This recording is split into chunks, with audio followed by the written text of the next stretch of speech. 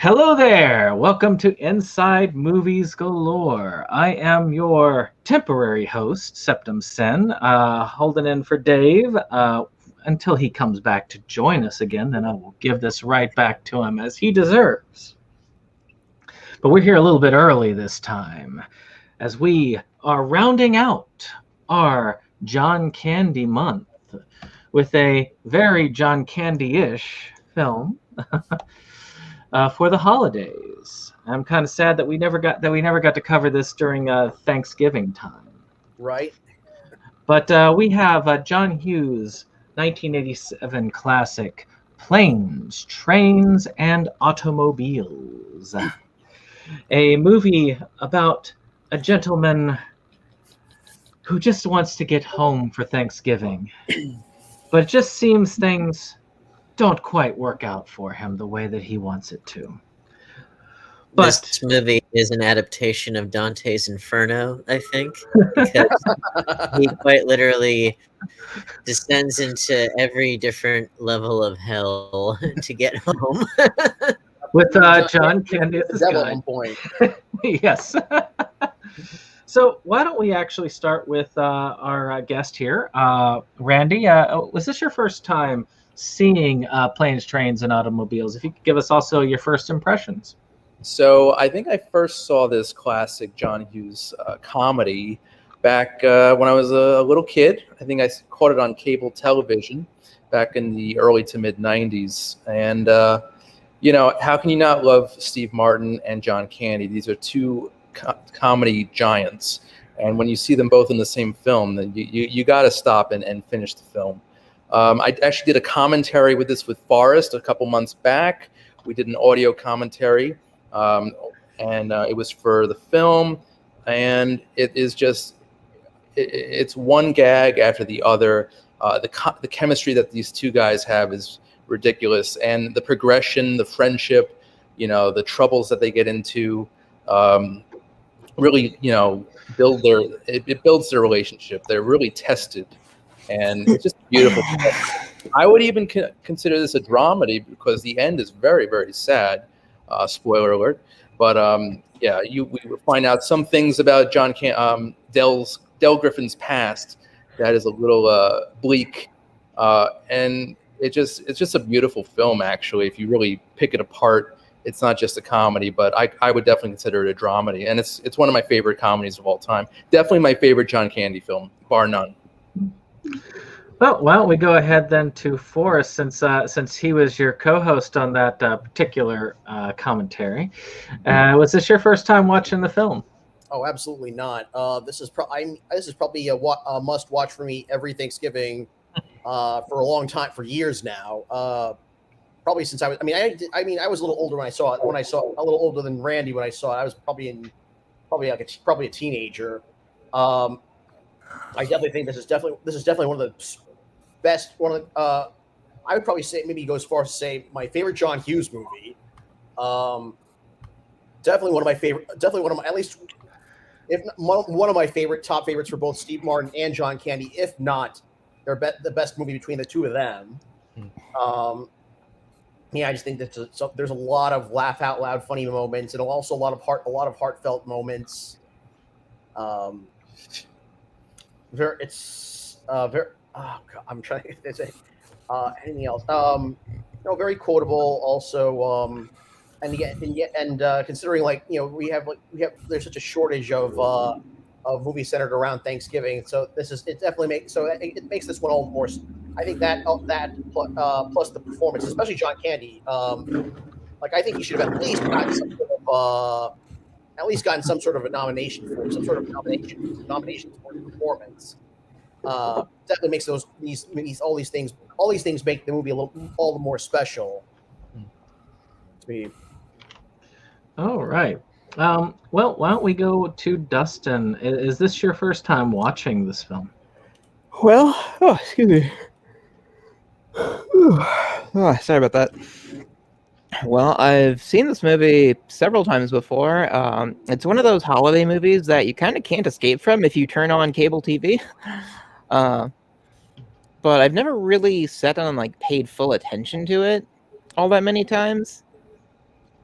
So, and this was still kind of not one of those times, but I've seen this movie before, so I wasn't really surprised. It's a good movie, like it's a very solid one. A lot of the comedy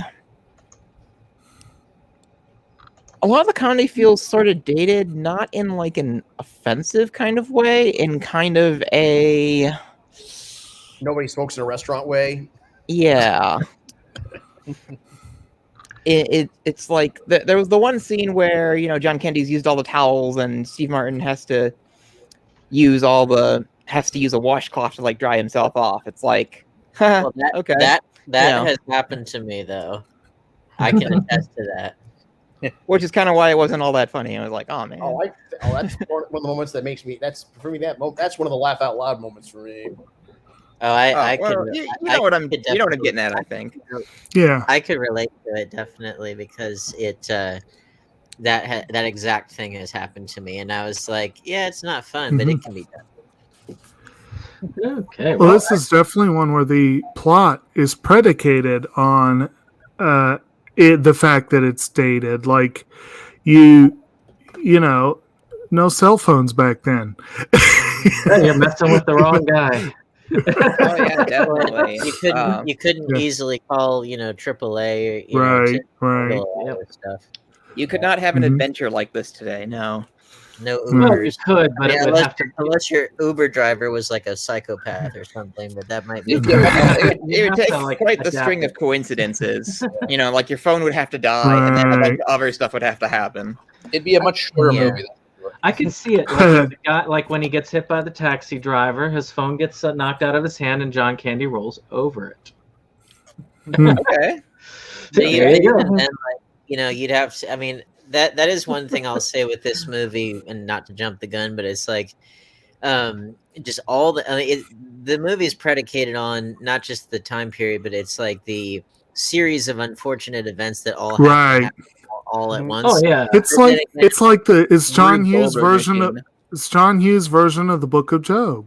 Yeah, exactly. Before we get too in depth, Dustin, do you have anything else on your first impressions?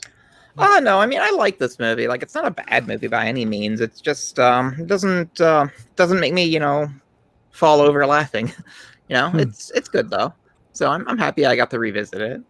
And really give it some attention. And it does have some really solid emotional moments. Like that ending, it's like, oh, when you kind of realize what's going on with John Candy and why he's sort of the way he is. Yeah. So, Dane, you said this is your first time, isn't it? Watching this. Yes, very first. And it had been on my list for a while. But, yeah, I'm glad I finally got to see it. And, I enjoyed it. It was so. Here's an interesting point of comparison. Again, both John Hughes written films, both John Hughes characters. You got Clark Griswold, and you've got this guy, Neil Page. So they both, they work in white collar jobs. They do pretty well. They want things to occur in a certain way. They're very family oriented, and they get irritated when things don't go a certain way. The difference is not just in the writing, because they're slightly different characters, but not just in the writing, but also in the performance. Because, I adore Steve Martin, always have, and the difference is Clark Griswold by the end of the whole series, it doesn't matter which particular film, but it's like you want to torture him before you kill him mercilessly. Because you hate him. Whereas Neil Page, I could really sympathize with him, even though, again, he's not the nicest person, but you also understand completely why he's that way. And he has plenty of redeemable aspects to him all throughout. I mean, he gives John Candy a lot of chances where he really didn't need to. And again, and then by the end, it's like you can understand why he got there, got to that place. And so it's like, and partially that's in the writing, and partially that's in the performance, because again, Steve Martin plays him in such a way that he is irritated in a way that I think a lot of people would be, but he's not above common human decency, And so I think that says a lot about the character. It says a lot about the writing and the chemistry, as we've said, with him and John Candy's wonderful. John Candy's really given it his all. He's given it a lot of heart, which he brought to his roles anyway, but like especially here. I kept waiting for the twist to be like, oh, he's a stalker and he like arranged all of this stuff so that he can spend time with him. But then you really think about it. Well, but then you really think about it and you're like, well, but all the shit that happens, you know, most of which was stuff that affected him negatively too, and was stuff that nobody could help, like the weather and stuff. And I was like, okay, well, that doesn't really hold up, so that couldn't really work. But then with him, I kind of figured his wife had been dead just based on the way he was talking to her, you know, by himself in the car. But still, it's like you feel like they earned that ending just based on all the essential character work that was done before that. But yeah, I thought it was a very good script, very great performances. It is dated in the technological sense, as well as like, I think a lot of movies that were written by baby boomers in the 80s, like comedies specifically, I think a lot of them do, whether they mean to or not, I think a lot of them take after like the Looney Tunes and stuff like that, because, well, reruns of those would have been on TV. That would have been a formative influence. They're kind of slapsticky. Little slapsticky, or I would even say shticky, you know, as far as like, or like a comedy of errors, you know, that sort of thing. Yeah.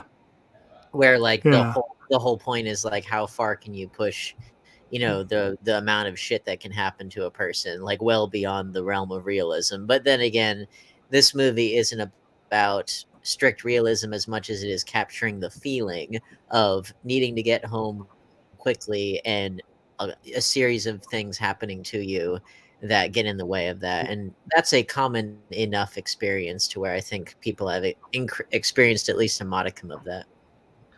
And you know what's weird is that, I don't know why, but you gave me that thought to put it in my head of John Candy playing John Goodman's character in Barton Fink. You know, oddly enough, I think he could have pulled it off. It would probably been a very stretch for him, but I think he could have done it. He totally could. It would have been interesting, and I think at that point in his career, he was trying to branch out and do, you know, it would be interesting. I think he would have rocked it out, but yeah, I enjoyed it. I'm glad I finally got to see it. Let's see, Jake, was this your first time watching this film? It was not. Now I'm trying to remember if this is one that you showed me or if I saw it at some other point. But it was, I'm quite sure, only my second time watching it all the way through. I think Dustin's right. Reruns are fairly ubiquitous for this one, but I really don't think we ever sat and watched it earlier on. And I did not have cable for most of my life, so that was not an issue there. I just never really somehow got to it, which is strange. Just like with the Great Outdoors, it's like it's just one of those things. It just never really happened, and I don't know why. But and it's kind of like that with a lot of John Hughes stuff too. Like you know, there's only a few films directed by him that I've actually seen, and I've seen several of the ones written by him, like, you know, Christmas Vacation, Home Alone, you know, those. But yeah, those were the ones I kind of grew up on. I think the first proper Hughes movie I saw was Ferris Bueller, and that's still a favorite. But I don't know. It's just weird that, well, one thing is, honestly, and apologies, Dane, I did not much care for Steve Martin growing up. I love John Candy, but I did not think much of Steve Martin. And I think it's partly because he oftentimes would play prickly, kind of asshole characters. Yeah. And he has that smirk. It's like that signature smirk that just really is off-putting. But on the other hand, on the other hand, once you get used to it, you know what I mean? Like it becomes a part of his, I don't mind it now most of the time. I think he overplayed it a little bit in the early part of this film. But yes, unlike Clark Griswold, Neil Page actually does learn some lessons as he goes along. And he's got redeemable aspect. He does have, yes, and Clark Griswold is not without redemption, but he does try the patience a lot. Yeah. But and I do get like the opening scene where they've got the boss who's just looking at these layouts. He's showing and the just client looking the at them.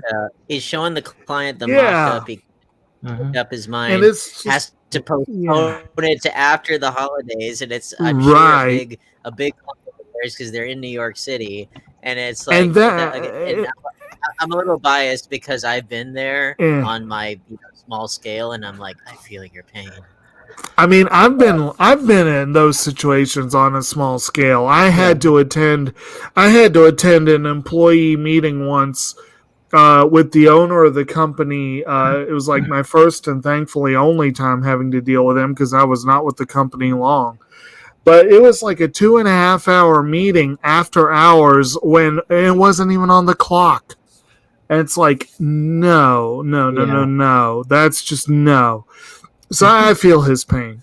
And I will say that in terms of Candy's role, yes, this is one of his better performances and one of his better roles. He really, the scene where Neil just finally lets it all out, just Candy's response to that was classic. And I just thought that was just some great acting on his part. And so I was not exaggerating when I said that I felt like this was John Hughes does the Book of Job.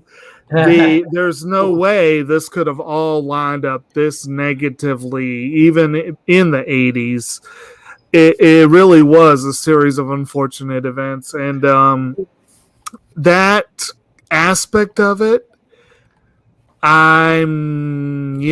it's kind of like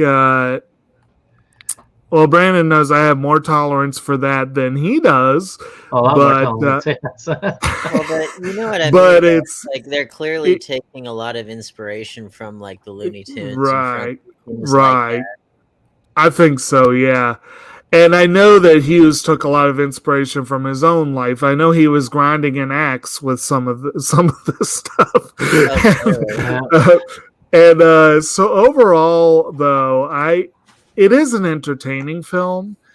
I like it. I honestly don't remember much of it from my first viewing. I like it. I think it's one that would grow on you, and I could see how, for someone that grew up with it, it easily hits some of the beats that could make it a nostalgic favorite. I could definitely see that.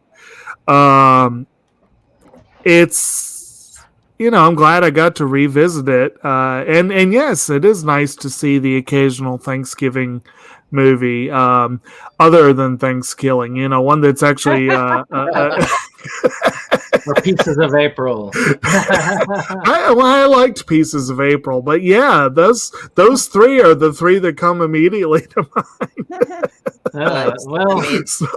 This movie, it started off well because in addition to seeing Steve Martin as a marketing guy, you got to see him with Ferris Bueller's dad, who I think, from what I remember from Ferris Bueller from the dialogue, from what we could discern, if you recall, because remember he's talking to the guys outside the taxi cab. He's like, Dave, you got to consider raising your advertising budget. It can't be done. Dave, if you want to sell, you have to spend. It's as simple as that. It's like, I kind of wondered, like, is that like the in-universe connection?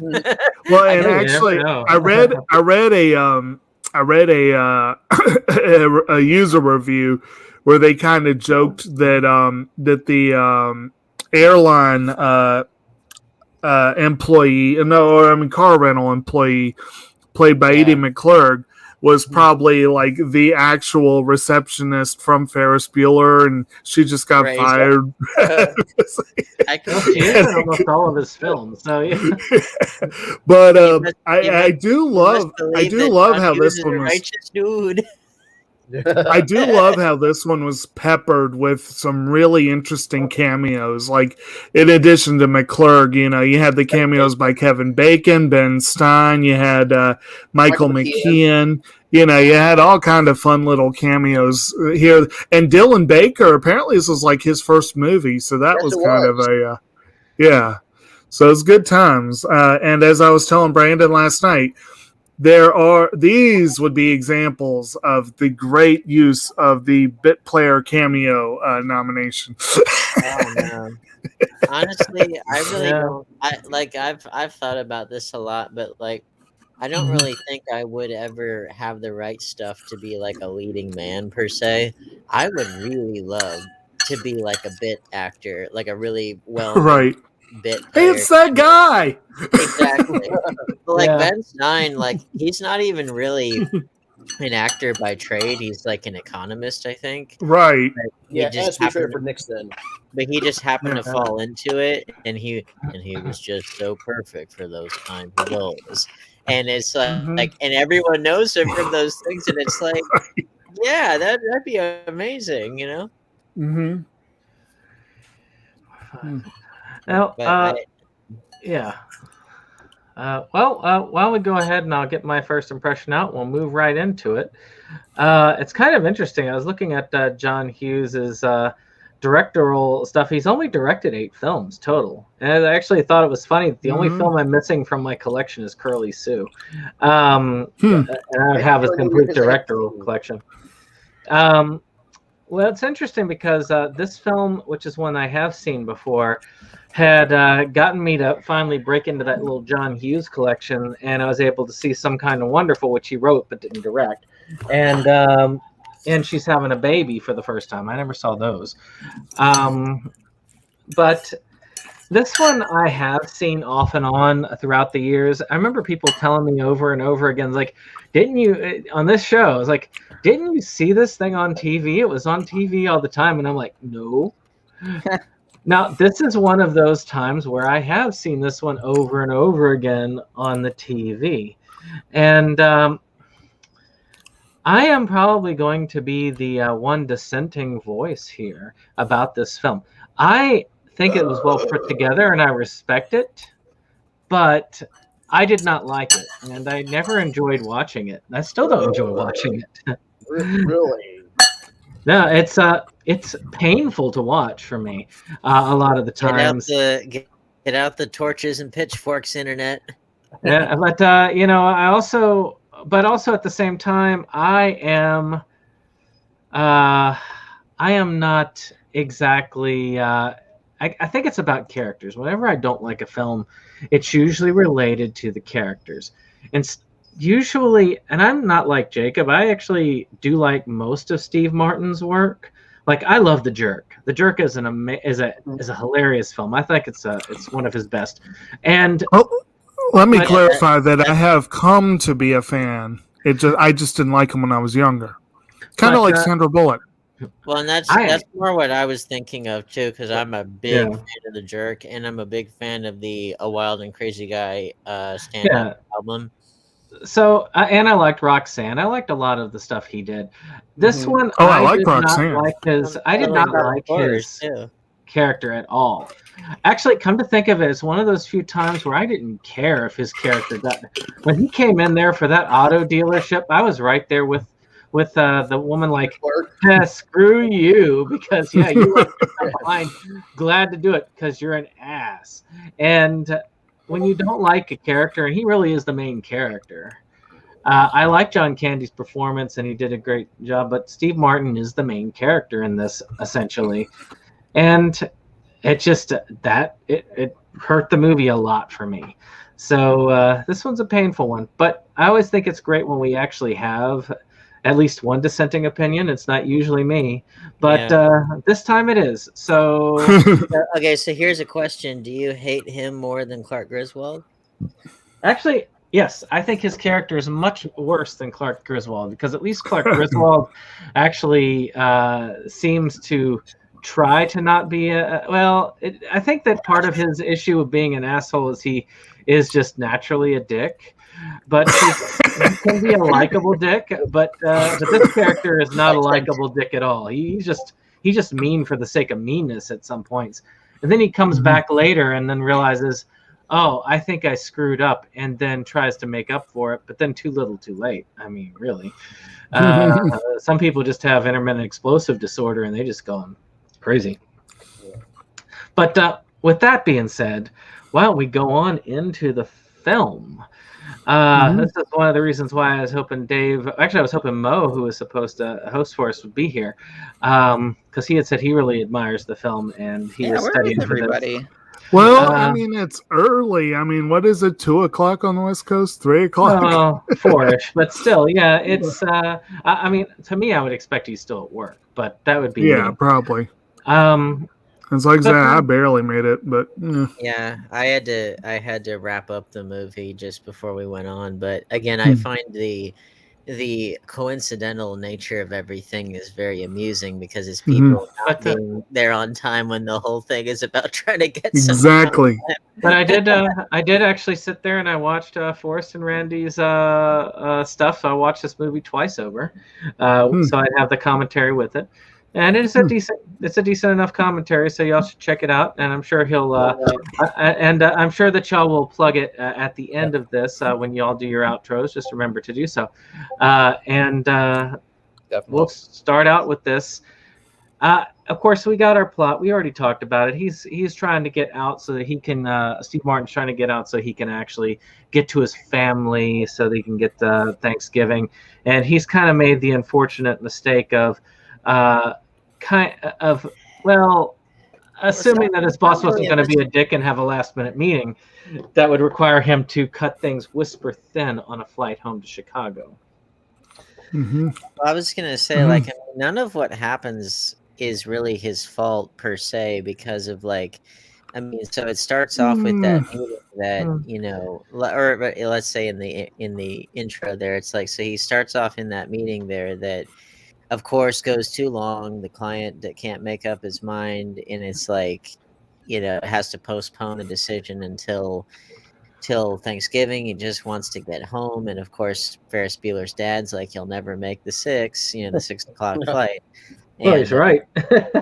Yeah. But, like, you know, I don't know.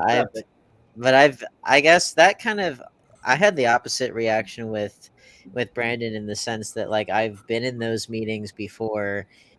With not just the client, but stuff that goes on way too long. It puts everything that you've planned in a very specific way to occur at a specific time, throws everything off. And, you know, and it's like you scheduled your arrival and your departure times relative to, you know, traffic, which of course there's no, you know, GPS back then, or Google Maps or anything, but it's like you want things to run a specific way, and you've structured it, and then there's that one thing throws it all out of alignment. You see, though, you can, but most people can keep together at least a level of decency. He puts like 10% decency into it, and it's 90% asshole. But while we're talking about asshole, let's talk about Steve Martin's character. I think we know what I think of Steve Martin's character. So tell me why he is such a nice guy and someone that we should love. Well, I didn't say he was necessarily a nice guy. I think, if anything, he's he's somewhere in the middle, which is, you know, the way that most people are, because, you know, he's someone that I don't think he ever wants to be mean necessarily, but it's just more so that things keep happening that necessitate this kind of impatient reaction from him.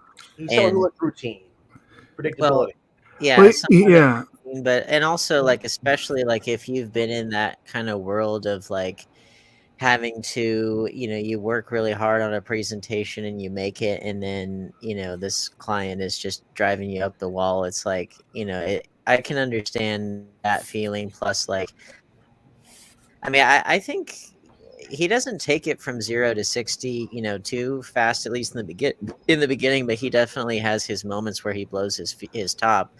And he does. Admittedly, he does let small things get to him fairly early on. So you could definitely say that's a character flaw, and I'm not saying it's not, but he asks for it several times throughout the movie.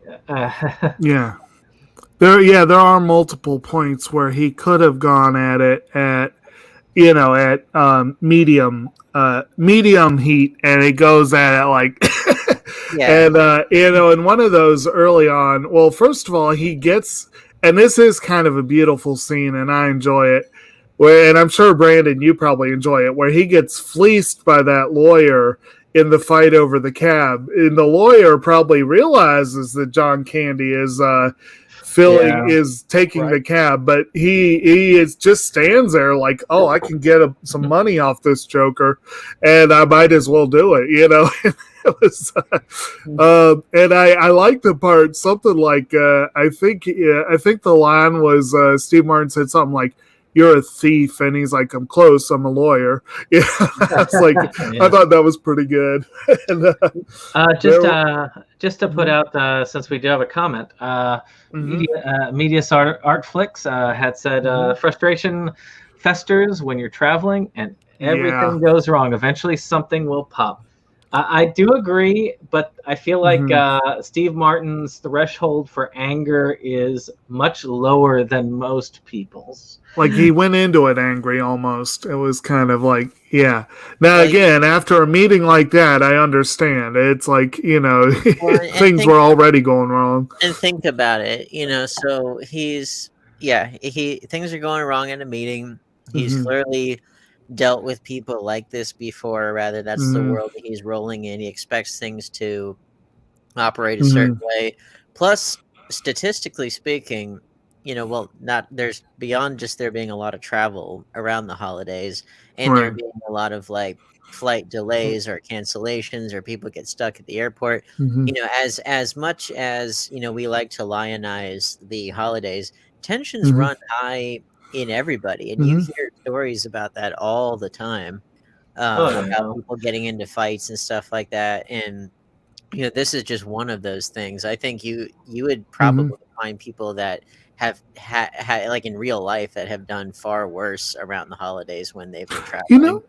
I just had a completely I just had a somewhat random thought, but also somewhat related to what Dane was saying. So, like, between this one and Home Alone, and again, I haven't seen all of Hughes' films, but probably some more. I understand in this one that they had to make up like all the brands for the different, like the auto rental and everything, because no one wanted to be associated with incompetence and whatnot. But you got to wonder if the folks at Chicago O'Hare Airport feel maybe just a little let down by John Hughes, because it seems like they're always having to cancel flights and all his films. Well, it's New York to Chicago in the winter. I know, but you know what I mean. You get the impression from his films that if you're trying to fly into O'Hare during the holidays, best of luck to you. That's the thing. Really. You just have one bad experience one time, and then it's like, okay, this is just how they are. O'Hare is a hub to everywhere, and if anybody has had to go through O'Hare multiple times, and I know people here have, know that you roll the dice in wintertime getting stuck. I have been stuck in Chicago O'Hare because of the same circumstances.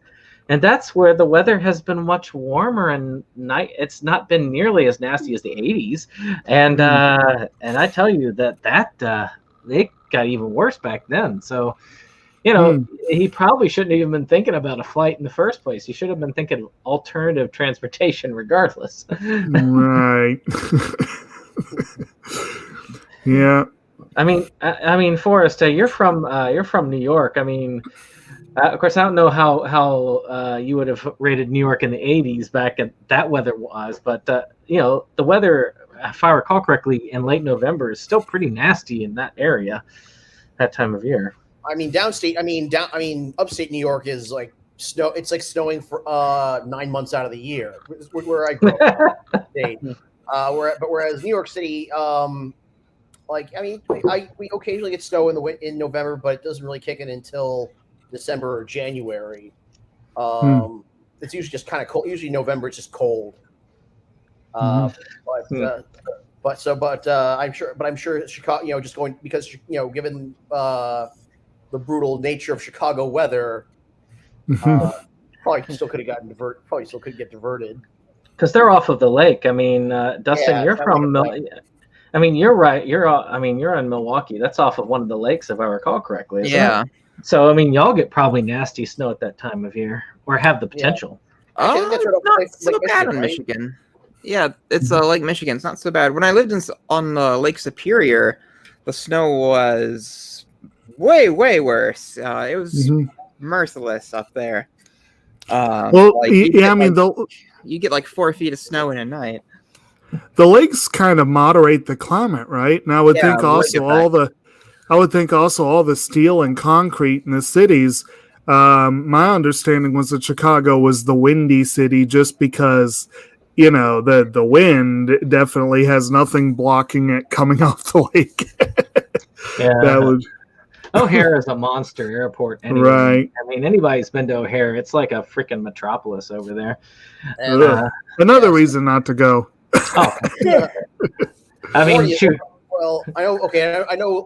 Our current president has referred to LaGuardia as a third world country. He wasn't wrong, but compared to JFK, it's a little easier to navigate.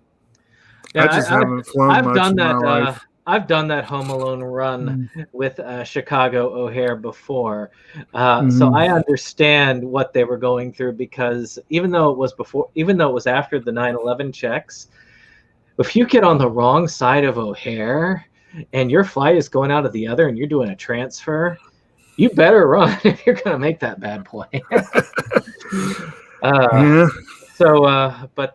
We moved over. Of course, obviously, his flight is there because his taxi was taken, and Steve Martin already shows one of his first anger bouts, which is understandable with the taxi cab, as he runs after the cab.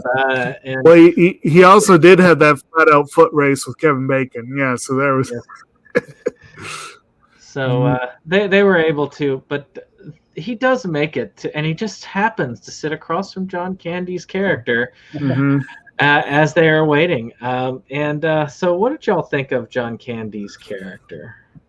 I liked him. He was someone that, again, what makes the movie work for me is that both of those characters, if the writing isn't really strong, but one or both of them could be insufferable. And I guess for you, Brandon, Steve Martin was insufferable, but I think for me, they both counterbalance each other very well, because, and that's partially what made me stick with Steve Martin throughout the thing. On top of surprisingly enough, I have been in some of the same situations that he's been in, but as I mentioned, but also, he's able to show that he does have he has a heart in a way that he's definitely got poor control over some of his outbursts, but he is not above, trying to patch things up, or,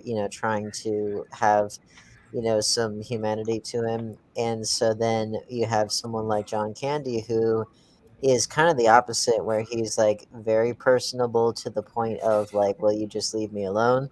And very poor at separation and poor at kind of standing alone. And he's someone that he has poor judgment, but in a totally different way. But he has, because John Candy was just such a likable person, apparently off screen as well as on screen. Because of that, he's able to do a lot of stuff that would test the patience of anybody.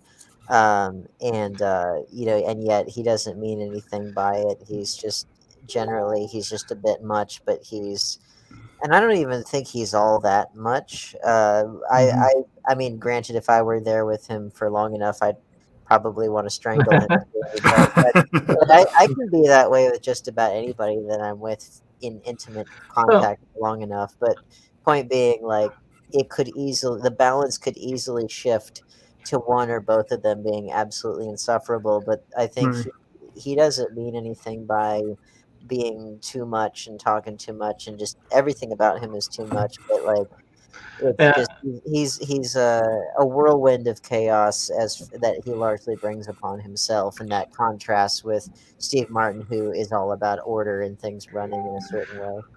Well, I think it was. I think their pairing was a perfect storm of personality clashes that made for that for the clash. But Randy, I hadn't heard much from you on the subject. What did you think of the characters as a whole?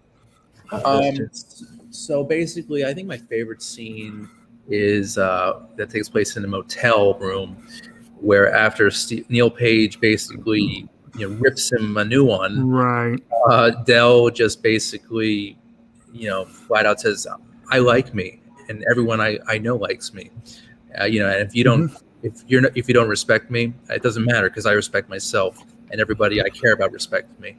That was brilliant acting. That was, I think, the core of this movie was in that moment. Just the emotional center. So yeah, Del Griffith is a great character. Very likable, very warm, kind of like a fun uncle. That's kind of the core of the character too. That he's someone that as bad as things get, and as much as he screws everything up, he's not going to let it get him down, and he isn't going to let himself become like the pariah, even though by all accounts he's done plenty of pariah worthy things. He could have been that. He could have been Uncle Buck if Uncle Buck had kept on the path he was going instead of actually turning it around in his movie. And you know what I just realized? You talk about John Hughes tropes and things like that. So, because his movies, besides the fact that obviously he wrote them, but like I'm saying, like thematically and the types of things, there's a lot of similarities as far as like. So Ferris Bueller's dad is clearly in marketing and advertising, just like Steve Martin is here. You got, everything's in Chicago. They're in the suburbs. You have like Kevin's mom in Home Alone can't get back home during the holidays. You got the fact that you've got either the relative or the friend or the person that sticks with you that you want them to go away and they won't go away, and they drop in unexpectedly, just like we talked about the Great Outdoors and stuff. And it's just there's a lot of interesting overlaps there, but that's because we talked about the Great Outdoors, and that was not a blood relative, but a brother-in-law, that comes through and just will not let up, will not go away, and is not in a great station in life. He puts it on, and similar thing here. Someone else not in a great station in life that just wants connection. All right. So we move on from this trip from the airport. They get on the airplane, and John Candy's pretty much certain that they're going to cancel things, or actually he's pretty certain it's going to be screwed up, and of course they did. They had to divert the flight. Well, you also had the other little bit of bad luck that again was beyond Steve Martin's control, but that the Book of Job kicking in, where he had a first class ticket, but they're like, "I'm sorry, we have to seat you in coach." And it's like, I could see how he'd be a little perturbed at that. That was probably the first time I looked at him, and I thought it was like, okay, you realize that all you're doing with that reaction is having the entire group on the plane that you have to deal with hate you. They all think you're a snob now. Yeah. And you're going to have a terrible time on that flight from there on, because they're going to treat you like trash because you're treating them like trash.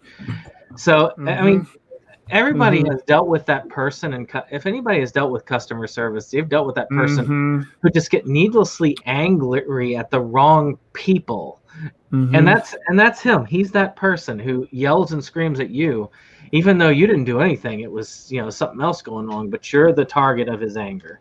And that's maybe that's part of why I dislike him. Maybe it brings back old fast food service things like those irate customers. In all fairness, because again, I worked retail at Target, and I think anybody that's done that, they've all had those kinds of experiences, and I'm not the kind of person to blow up at service people or anything, and I'm not justifying his actions either. But at the same time, that is something that you do see happen with a lot of people. Oh yeah. It does speak.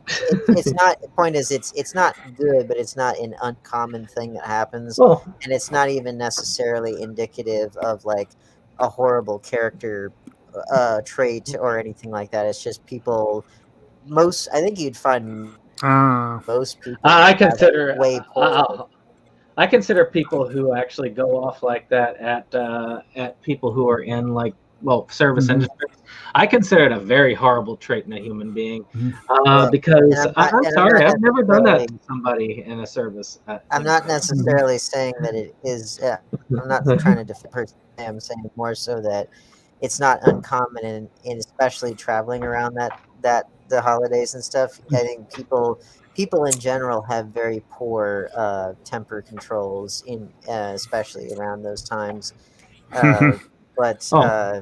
Well, my entire temper would have been saved for the company afterwards, and as I write their head a letter, because you couldn't really do it online back then, but I would have been writing them a long letter about how this was not right and how I felt like I was unappreciated as a customer and that. But I wouldn't be taking it on the stewardess. I have had my run-ins with, not as much in person, but on the phone. I've had my run-ins with people that I felt were very rude to me or were really obstructing my ability to get things done, and I've reported them, to their superiors. Oh, yeah. So they get it back. Unfortunately for him, he causes his own misery, which compounds after they land in there, and he goes to the cab, and he is what was it? That was when he goes and confronts the cab person, right? And then he basically treats him like an idiot and calls him an idiot for no reason other than he's frustrated, and he gets decked in the face, which he deserved, by the way. I felt like he totally deserved it. And then John Kay's like, "You're going to pick him back up." He's like, "Okay."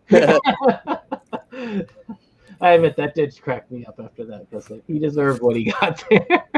I mean, it doesn't make any sense. Neil Page pretty much has it all. He's got a great family, right? Great house, great job, but he's mad at the world.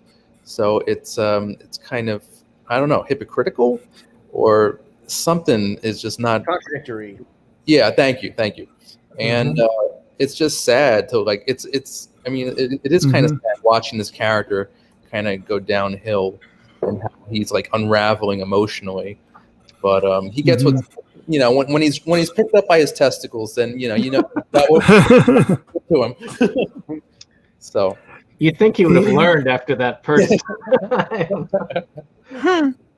You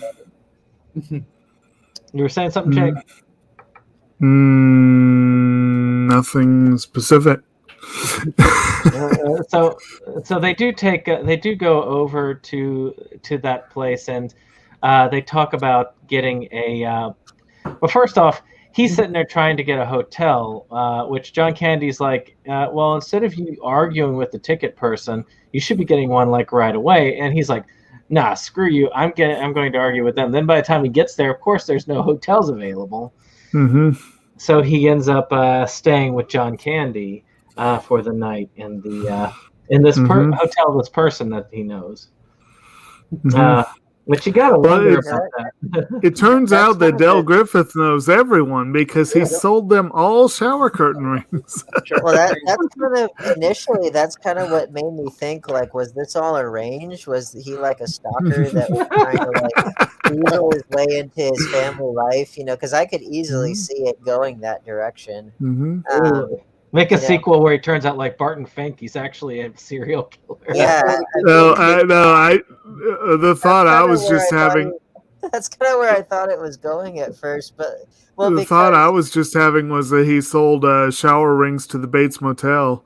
it's possible.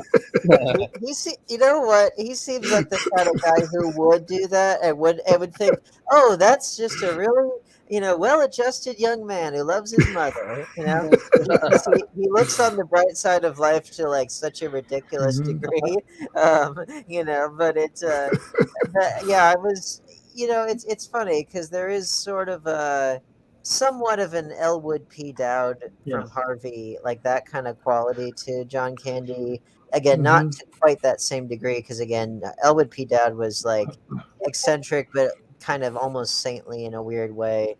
But point being that like he's someone that he knows a lot of people. He keeps a pretty wide range of friends in unexpected kind of lower income, lower socioeconomic ladder kind of places, but they do end up coming in handy in those, like that cabbie. And in ways that Steve Martin's obviously he's wealthier, but like in a way that his funds end up not serving him all the way through. So it's like money helps, but also having those friendships is what's important, and obviously that helps point Steve Martin in that direction of what a true friend is, what really matters. But I like the fact that he is one of those guys who just happens to know so many people in weird places, because I've met plenty of people that are like that. You're like, how did the dots connect with these guys? And then it's like it's always something from like years and years ago, and they just kept in touch. And I'm like, well, gee, how do you like that? I have a guy that I work with at one of my jobs who he's an older retired gentleman who worked in the medical field, but he just knows everyone. I swear he knows everyone in Richmond. It's amazing. It's like, and he's just the nicest guy. He and Dell would get along like gangbusters, Yeah. So what did y'all think of the hotel overall? Because the hotel has like several things in it. You got the socks in the sink. You got the towels being used up. The bed, the robbery. All of that together happens as kind of a perfect storm. But what did y'all think of that as a whole? What else is going to happen in Wichita? Did they figure out who robbed them? No, never figured out who robbed them. I thought it was the cabbie guy. No, it wasn't him. It was like someone else. Just a burglar. I mean, yeah. No, the cabbie was Mr. Heckles from Friends. It could be my cat. Well, I always thought that the burglar was basically working with the hotel manager, and unfortunately, it might have been. Because I think that he's one of those, he knows everybody, but those people he knows aren't necessarily as friendly to him as he might think they are. And I do think that this one in particular, because he does have the ability to use people who might feel like gypped after a while, as you see later in the movie when he's creatively selling those shower rings. But I couldn't help but wonder if maybe this was a racket that the motel was doing, that they were kind of working together. Because sometimes they will do that; they'll work together. Have a thief coming in at specific ones that they think are loaded, and Steve Martin's character definitely comes off as loaded. That would be another thing, though. Like in this day and age. Like even pre-COVID, how many people would be walking around with $700 cash nowadays? That's there are some. That definitely reeked of the time. That's because keep in mind, they had the credit card, but not every place accepted them back then. Right. So that's one of the elements that's like it slightly dates it, but it's not like it's no one would get it or anything like that. It's just it kind of shows that this was the 80s. My father had Nowadays- 500 in cash in his wallet when he died. Well, nowadays, if you needed money, you could always like either call or text your spouse and say, "Can you either Right. wire, Zelle me or PayPal me or do whatever," and you could probably, if you really needed to, in a pinch, it wouldn't be regular, but it's like you could always PayPal someone to do something. But I mean, even the late 90s to the early aughts, it was, people were saying, keep your money in your bank. Just go ahead and get your debit cards, a couple credit cards, and and just keep the money. Don't carry large sums of cash. At least that's what I was always told. Well, in the 90s, it's not a good idea to carry. It's not a good idea to carry a lot of cash, especially in seedy motels. No, I mean, I remember there was a Garfield and Friends episode, and this was in the 90s, but that's when things went on. And I remember that because John cut up his credit cards and decided he was going to only do cash. And they ended up locking him up because they looked at him like he was crazy because he was trying to buy stuff with cash. John was crazy. Yeah, he was. There's no doubt about it. But to me, I think that the loss of the money was one of the first huge blows at the end of it all, because there wasn't just Steve Martin that was robbed; it was both of them that were robbed. Yeah. But what did y'all think of that whole blow as a whole? In terms of the blow to their trying to get along, or I just... think really that particular one really caused a major issue throughout the movie. That set up a lot of problems in the future. Yeah, because a lot of issues would have been solved with all that cash. I mean, if he had that $700 on him, there would not have been a problem all the way through that movie. Yeah, they would have. It would have been much easier. But, yeah. Well, I guess they decided to go ahead and then take a train, and of course, John Candy knows somebody who decides to give them a lift in the back of his pickup truck in the ice cold weather for like an hour into town.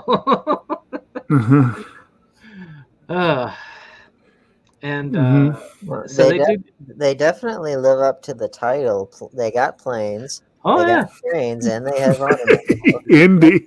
In that order. They do. Well, and and I have to say that is a really, really great title. I've always loved that title. It's a good title. It's a great title, but it lives up to the title. The only thing they don't have is they don't have any bicycles. They don't have any horse and carriages. No motorcycles. No motorcycles. I mean, they could have, but then again, this isn't the Blues Brothers where it's all about like how many cars can you crash, and because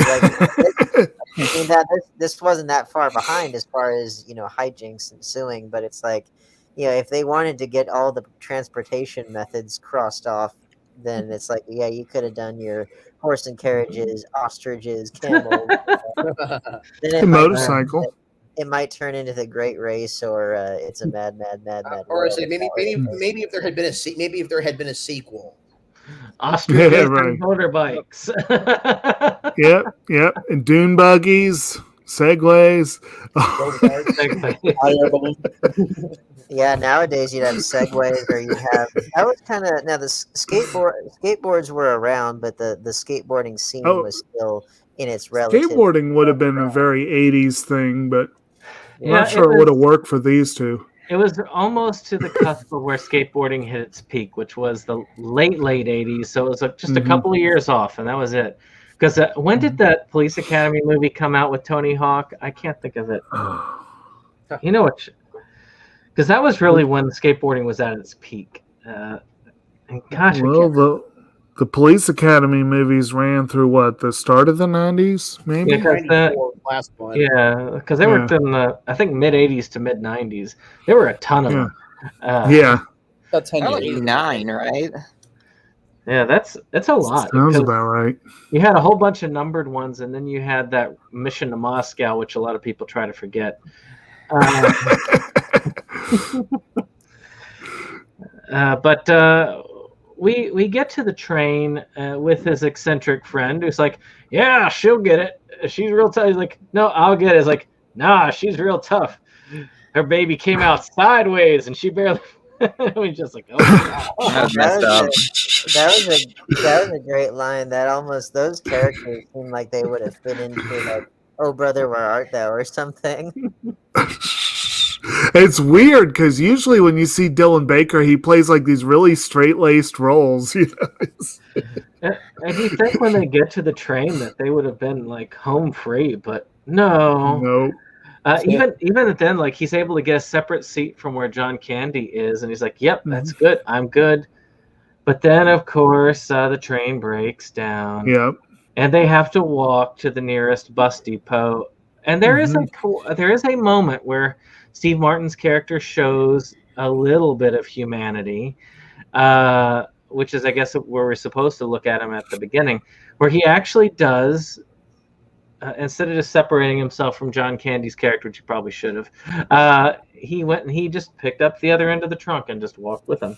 I don't know if anybody else noticed that. That's like one of the few moments that you actually see Steve Martin actually express not anger, but attempts at being, a human being. Right.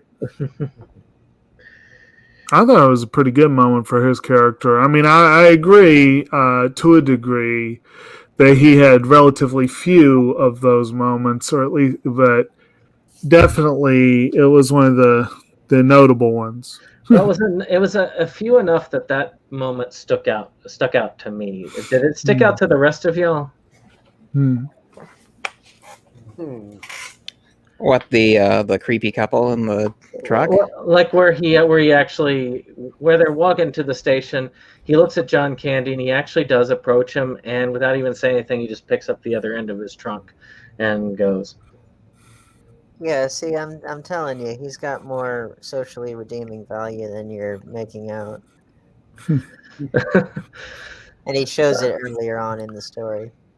Yeah, it is really amusing to me that this came out the same year as Spaceballs, and they both involve John Candy carrying an oversized trunk. That's luggage. You didn't realize the hairdryer was there in that trunk. They threw it out. See, it's much lighter. Oh, yeah. Yeah, speaking of which, I kept expecting like a big reveal of what was going to be in the trunk. Shower curtain rings. It's just all shower curtain rings. Sure? His dead family. I think it's whatever was in the briefcase from Pulp What? Fiction. I think it's whatever was in the briefcase from Pulp Fiction, but in bigger quantities. Actually, no, it's funny. Oh, it's funny. Cash in there.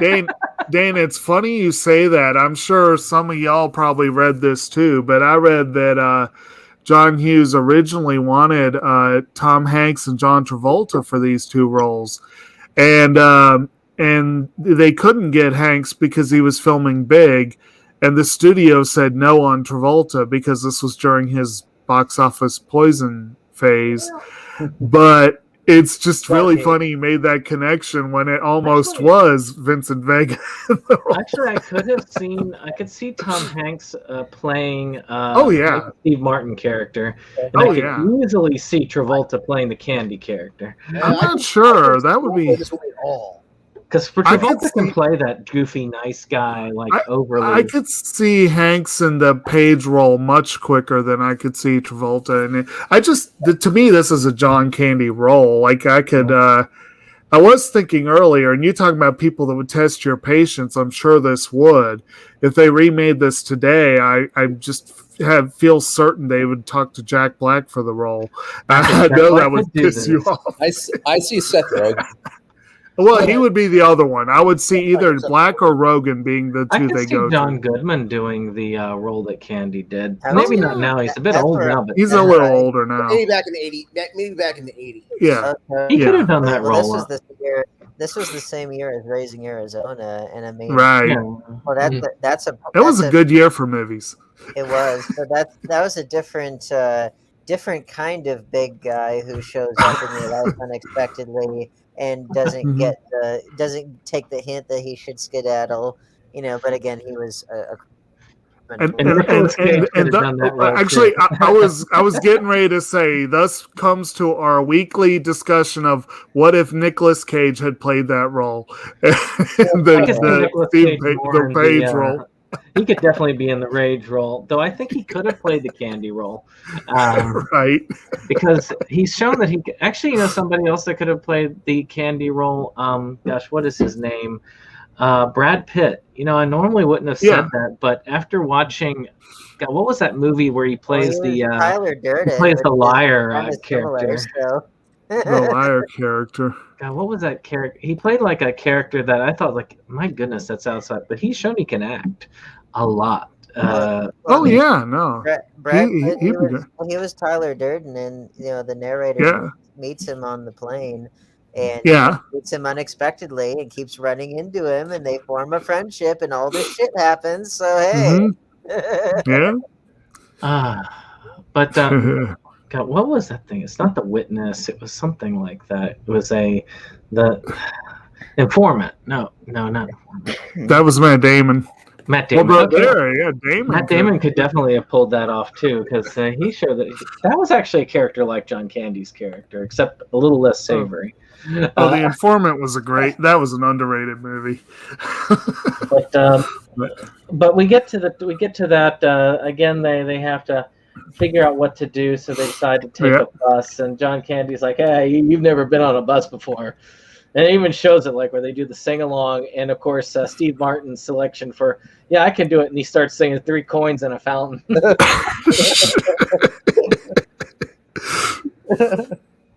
Yeah, which is an Oscar-winning song. Yeah. And then Candy comes back with that other Oscar-winning song, the Flintstones theme song. I mean, that's the idea that they're trying to put in. Right. Like, these are the kind of people that take the bus, not the kind of people who listen to, 3 coins in a fountain. Right. So, Randy, do you have any other opinions from this far in? So back to Dylan Baker, I agree with you guys. Really interesting performance. I think it is his first movie or one of his first roles. It was his first one. Yeah, and it's funny because I just saw him in Disclosure recently. Very straight-laced, very similar to Dr. Connors in Spider-Man 2, except with one more arm. But I love the moment when he does help Dell with the suitcase, the trunk rather. It's again, that's another moment where it really shows the beautiful emotion between these two men, and their budding friendship, even though through hardship. But it's a great little moment, and it really builds up their relationship better, in my opinion. The inevitable porno spoof version of this would have been easy to make happen with the scene where they're cuddled in bed accidentally, and it's like yeah, exactly. And I'm like, seriously, like in today's world, like that would be a very short step to the porno music kicking in, and and then it's like a half-hour thing online somewhere. So they get through this part of the bus, and of course the bus can't take them all the way. Of course it can't take them all the way. So again, they decide to part ways yet again. Where this time it's all about trying to rent a car.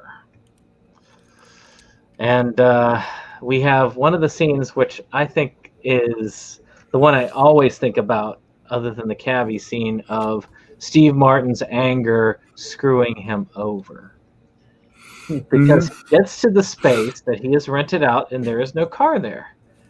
So instead of waiting for the bus to come back, because that bus delivers people on the regular shuttle-wise, he instead tears up his receipt and walks back, screwing himself over majorly, because then he can no longer get his money back. He can't do that, and of course our favorite secretary basically saying, "Well, then you're fucked." which Right. I could never think of a more deserved talk back than what she gave to him. Yes, he went through it, but he screwed himself over with his anger. And I'll give you that one that like he could have beyond just handling it better, but like even that aside, like making sure he had the means to get his money back and that kind of stuff, and the fact that he didn't, it's like yeah, he did kind of screw himself on that level. But again, he's probably with all the shit that's happened to him, he's probably not in the greatest of headspaces, and he's probably not No. thinking things through like that.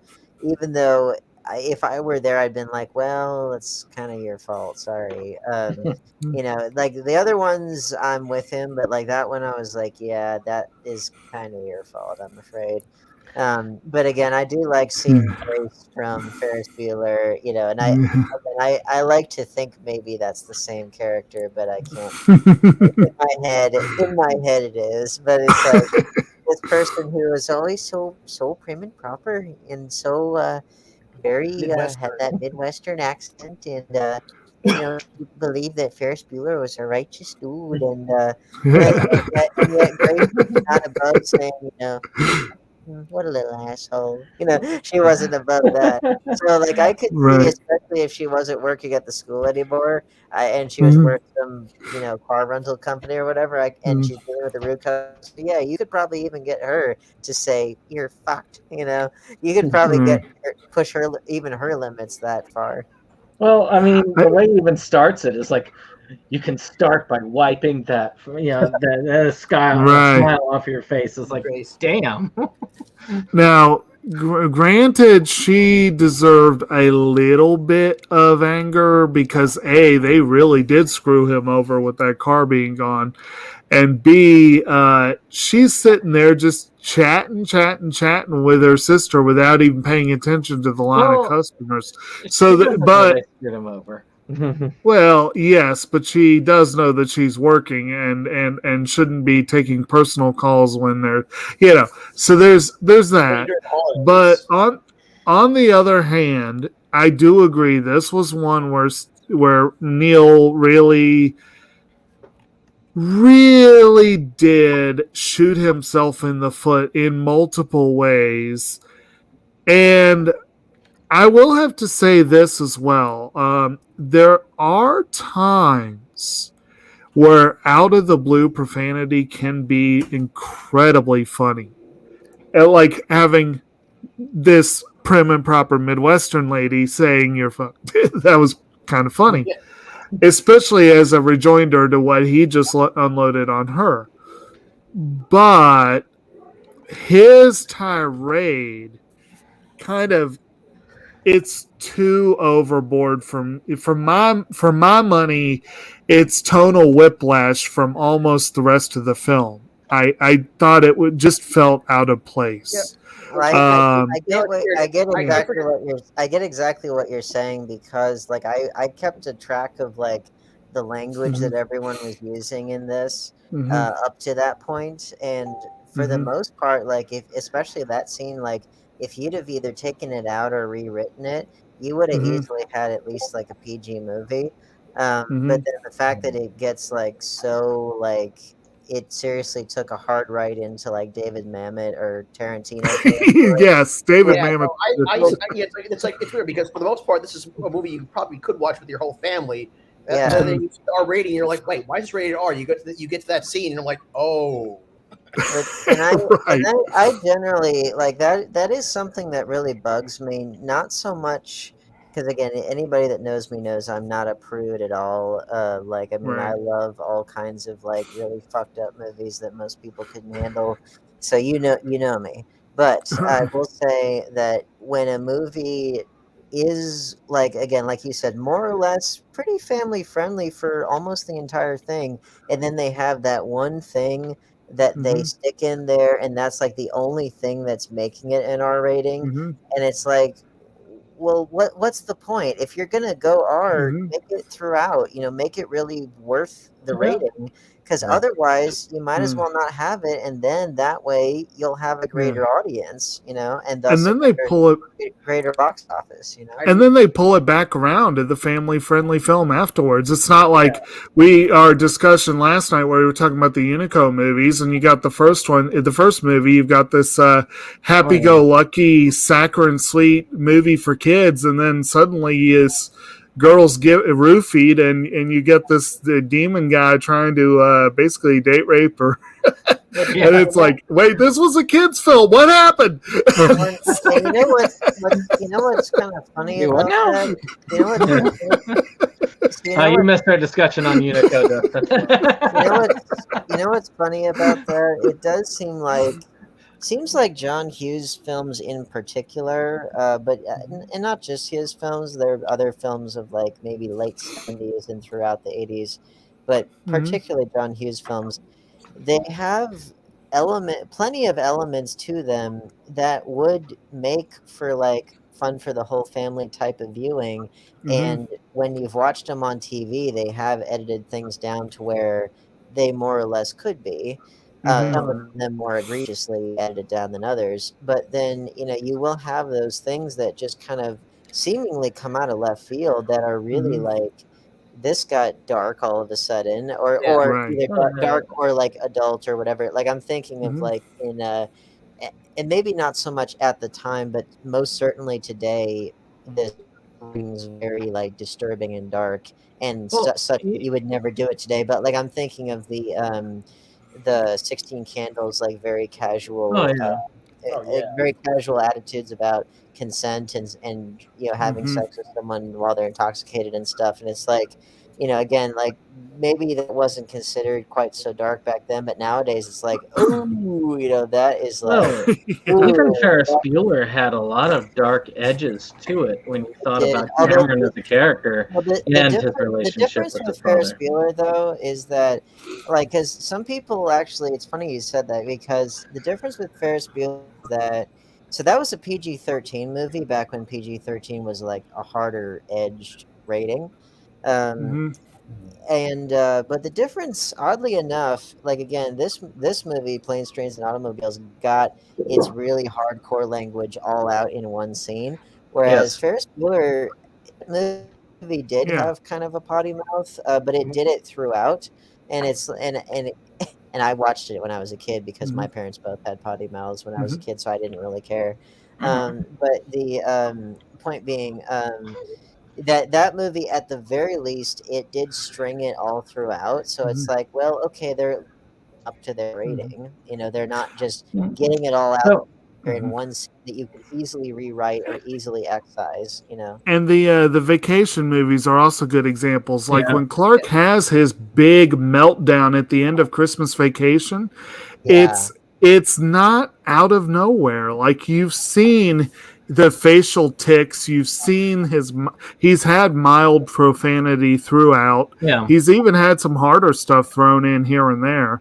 So when he loses it, it doesn't give you again like it feels natural, exactly. Yeah. And again, I did not dislike the scene per se. It just kind of felt out of place. I felt like it was a little awkward, is a good way to put it, I guess. Yeah. The one thing now, I think when you mentioned Vacation, I don't know why, but I looked at that car that they rented. I thought National Lampoon's Vacation like right away.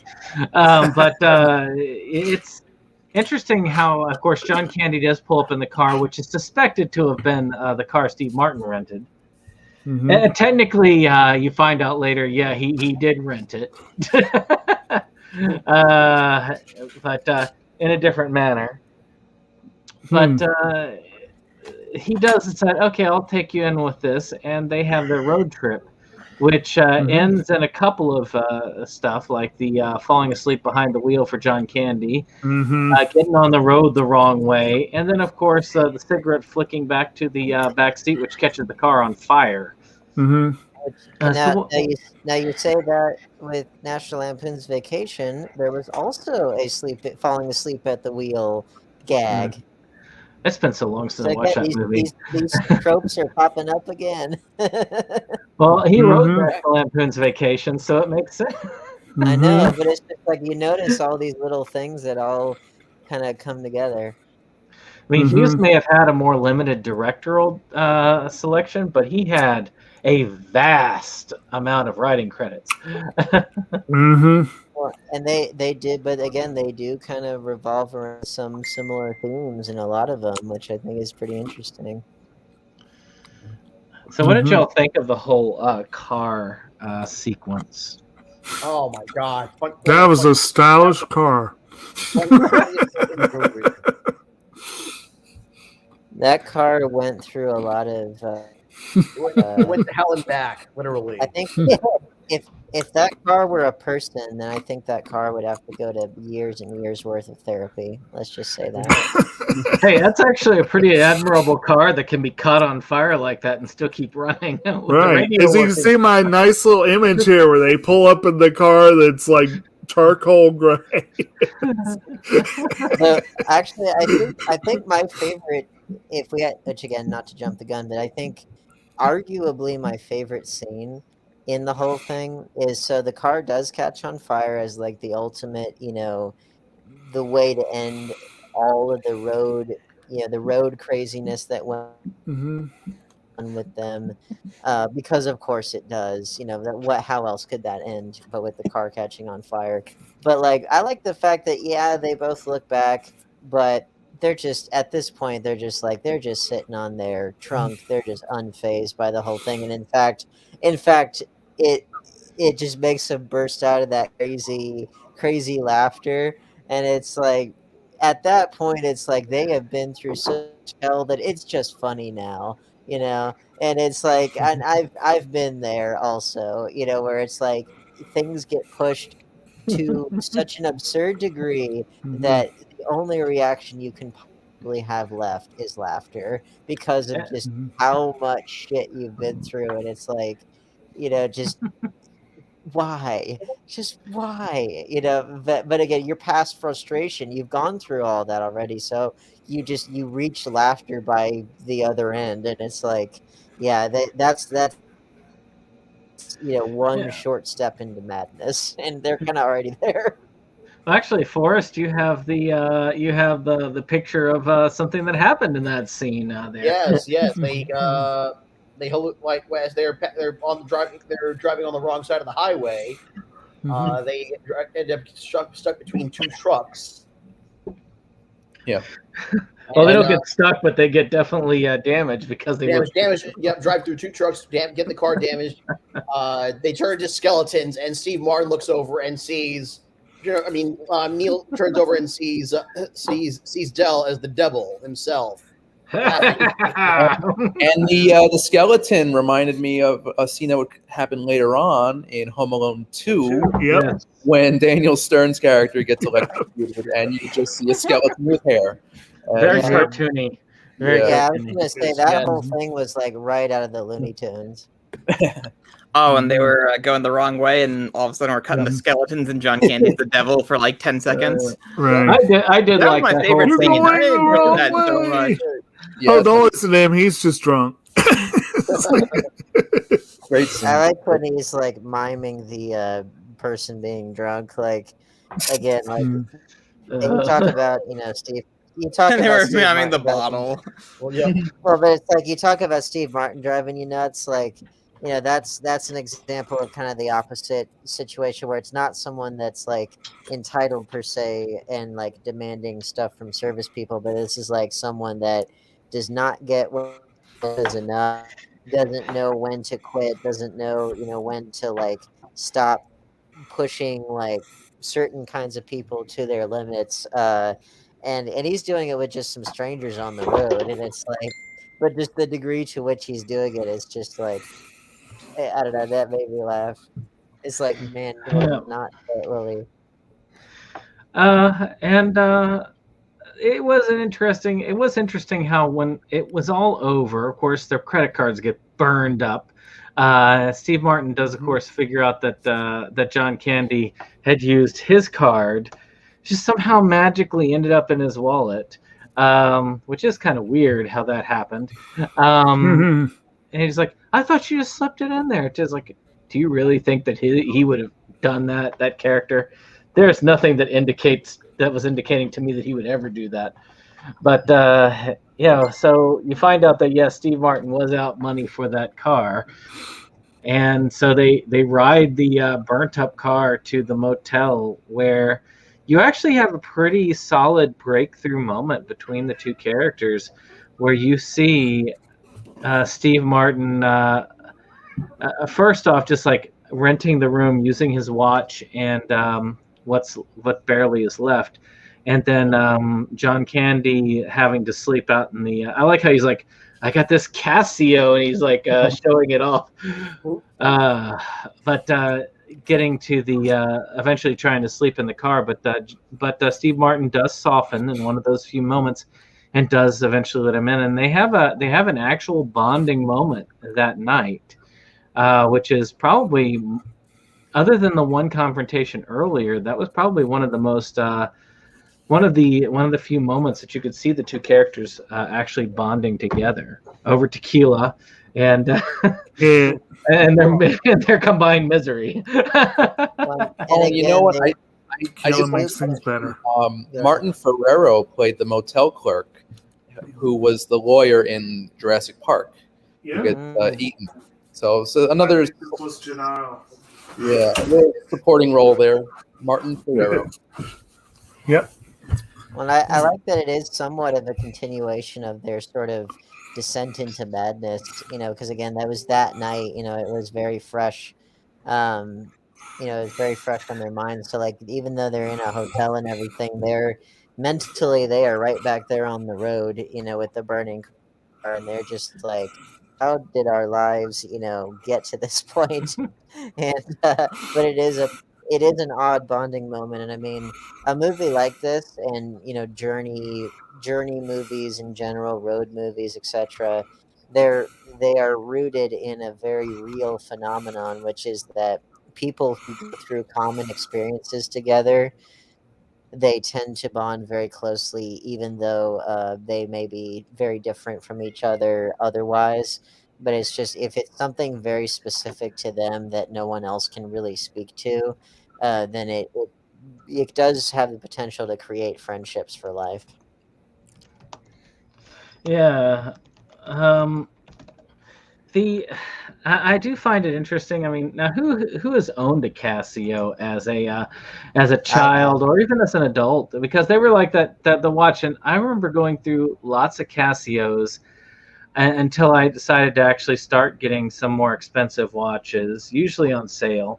Not as expensive as Steve Martin's, but I always make sure now that I have a watch that's of, I'd say, mid-tier, very well built, but not quite eccentrically expensive.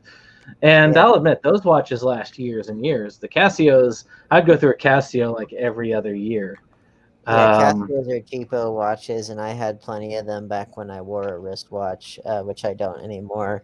But when I did, that was always the one that I used, and it was some friend, like I forget who it was, but it was like a family friend, I guess, who was looking at like somebody's super expensive like Rolex watch or something, and he was like, held up his like piece of shit Casio watch. He was like, $7 and it tells time just as well, Well, so out of curiosity, Forrest and I think Randy, you're also in New York area, right? Or am I wrong?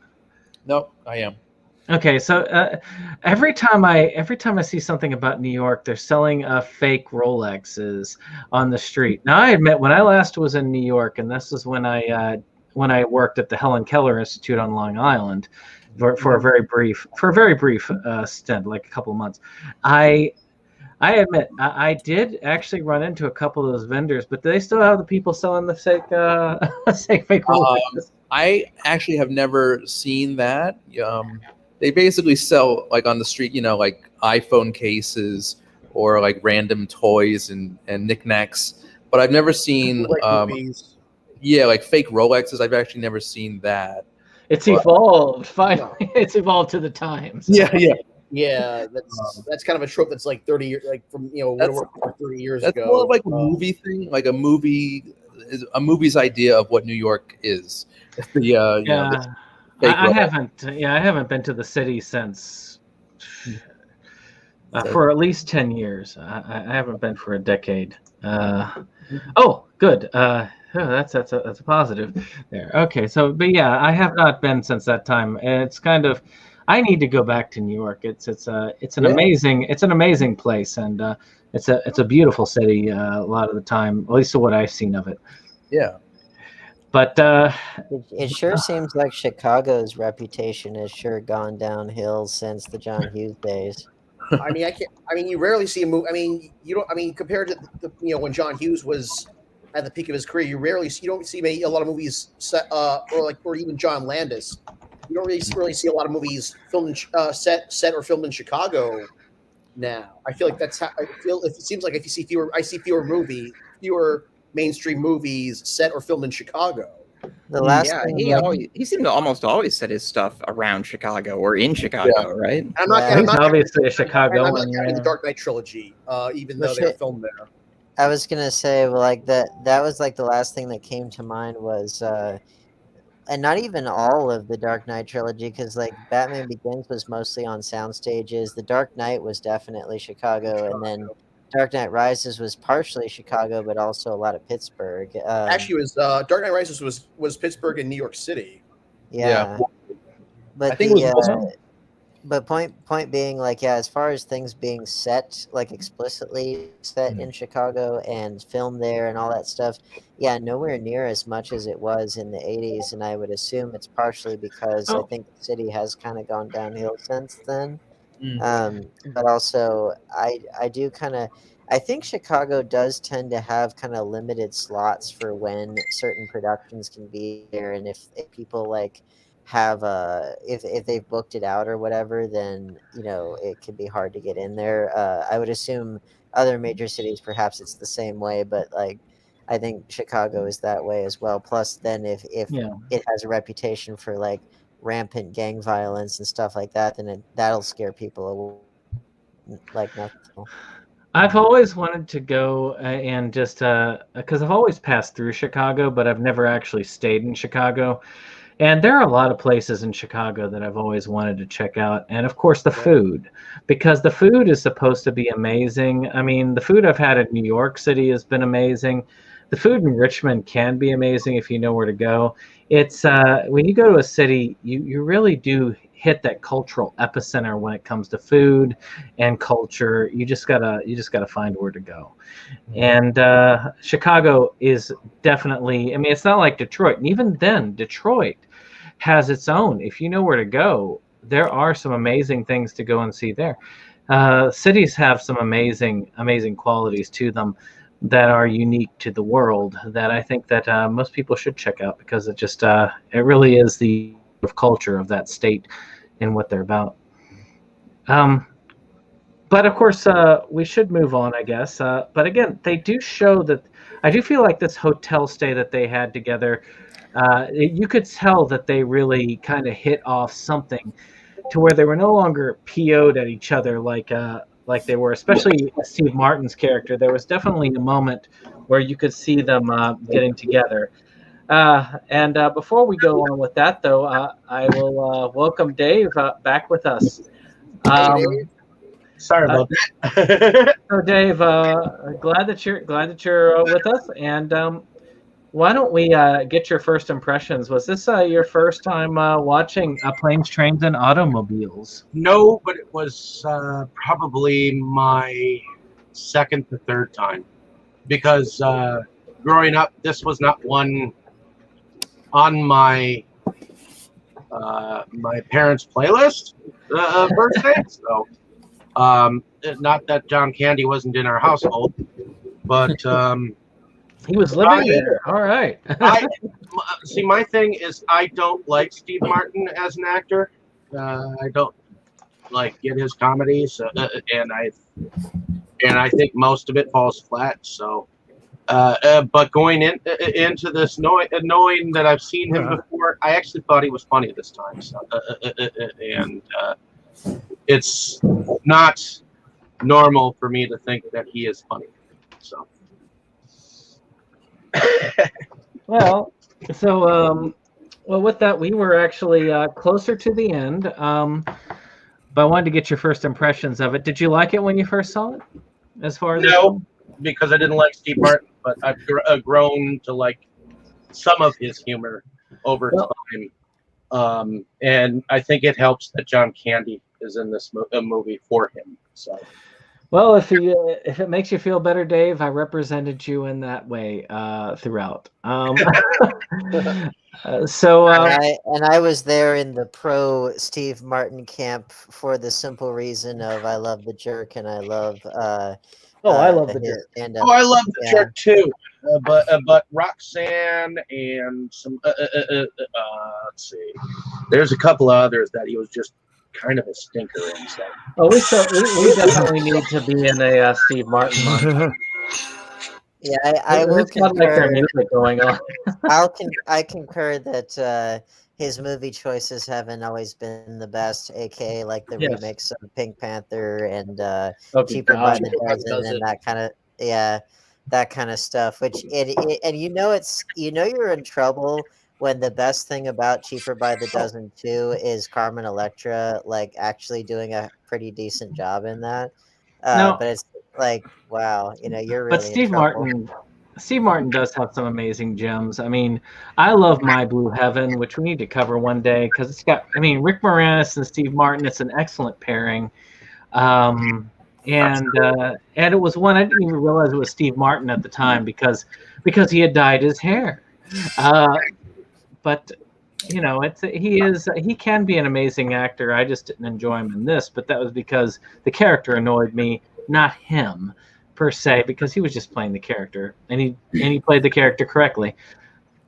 Speaking of, though, you do see, and I'll admit, I do warm to the movie a lot more during this point because you can see Steve Martin's character does warm to John Candy's character after this hotel night where they kind of have this bonding together. Over tequila and various other minis. And I'll admit, out of the nights on the trip, that was probably the most comfortable night that I could see. And of course, the way that they left the hotel by basically bashing in the front of their hotel room, right, and then getting pulled over by the officer afterwards. I'll admit, to me, that was one of my favorite parts of the movie. I don't know why, but I still thought it was hilarious because they're both trying to act nonchalant with this burnt-out husk of a car, and the officer's looking like, what the heck is this? And the officer's not even able to figure out what to do with it. And John Candy, unfortunately, tries to talk their way out of the ticket, but it doesn't work out so well. Car gets repossessed. Any time that we get to see Michael McKean in anything, I'm a happy guy. Did y'all like this part of the film with the officer? I mean, I don't know if maybe it's just because I was just like them and I was reaching my breaking point, but I don't know why. But I didn't laugh through most of the movie, but I did start laughing at this point. Maybe I was at their breaking point. But did y'all think that this was a funny area? That is, I'm sure, partly by design. You are supposed to kind of lose your mind along with them a little bit. Because I felt like they were on the same page for the first time at this point. They were kind of, but they were still like at different places. But I felt like they were really on the same page when it came to sharing in their misery by this point, to where for once they weren't kind of against each other, they were just kind of together. Yeah. And I don't know. I felt like by that point it did not bother. Steve Martin's character stopped bothering me as much at that point. I don't know about the rest of y'all, but I felt like he softened a bit more past that point. Yeah, definitely. Yeah. So of course they do find their way back from that point on. I think they take a train or something like that. They're very close to Chicago. Truck, yes. Oh yeah, he gets like in the back of a. It is kind of that last. It's like, yeah, I got this. It's like good. I'll feel good in the warmth of the cab. It's like, no, not in the cab. Which but they do get back. I guess technically an 18-wheeler does fall under the rubric automobile in the broader sense. Well, and technically, stowing away in the back of a truck is technically illegal. Yeah, it is. But like, I was thinking of like, what are the other means of transportation they could have worked into this No, thing? But I guess technically an 18-wheeler does count still under the automobile category. No, admittedly, they're not like they're nowhere near the border unless you're talking Canada. So I don't think they're gonna be checking. Well, we looked at Canadian bacon, and they already dealt with the shenanigans of having to transport a truck, across Canada, and they didn't have the French on the side and all that stuff. Yeah, as long as they get their French extra. And I wish I could have been on there for that one, but I had Yes. that event there. But you know how I felt about it. I liked it quite a bit. So we end up getting to the. They finally end up getting there, and they kind of take a streetcar back. And actually, no, they take like a train back, and Yep, another train. and John Candy and Steve Martin kind of part their ways.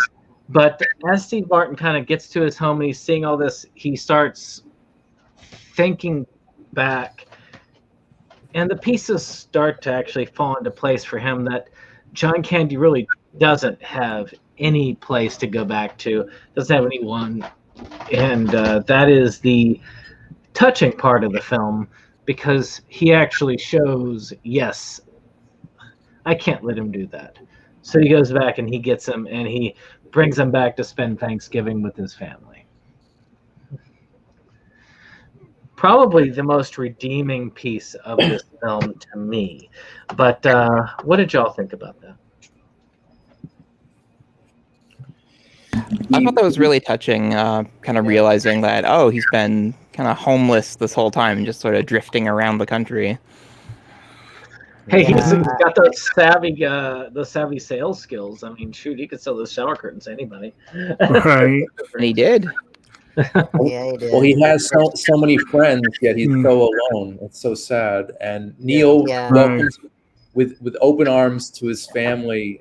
Basically they became brothers throughout the movie, really close friends, and it's just such a beautiful way to end it. It's the epitome of bittersweet.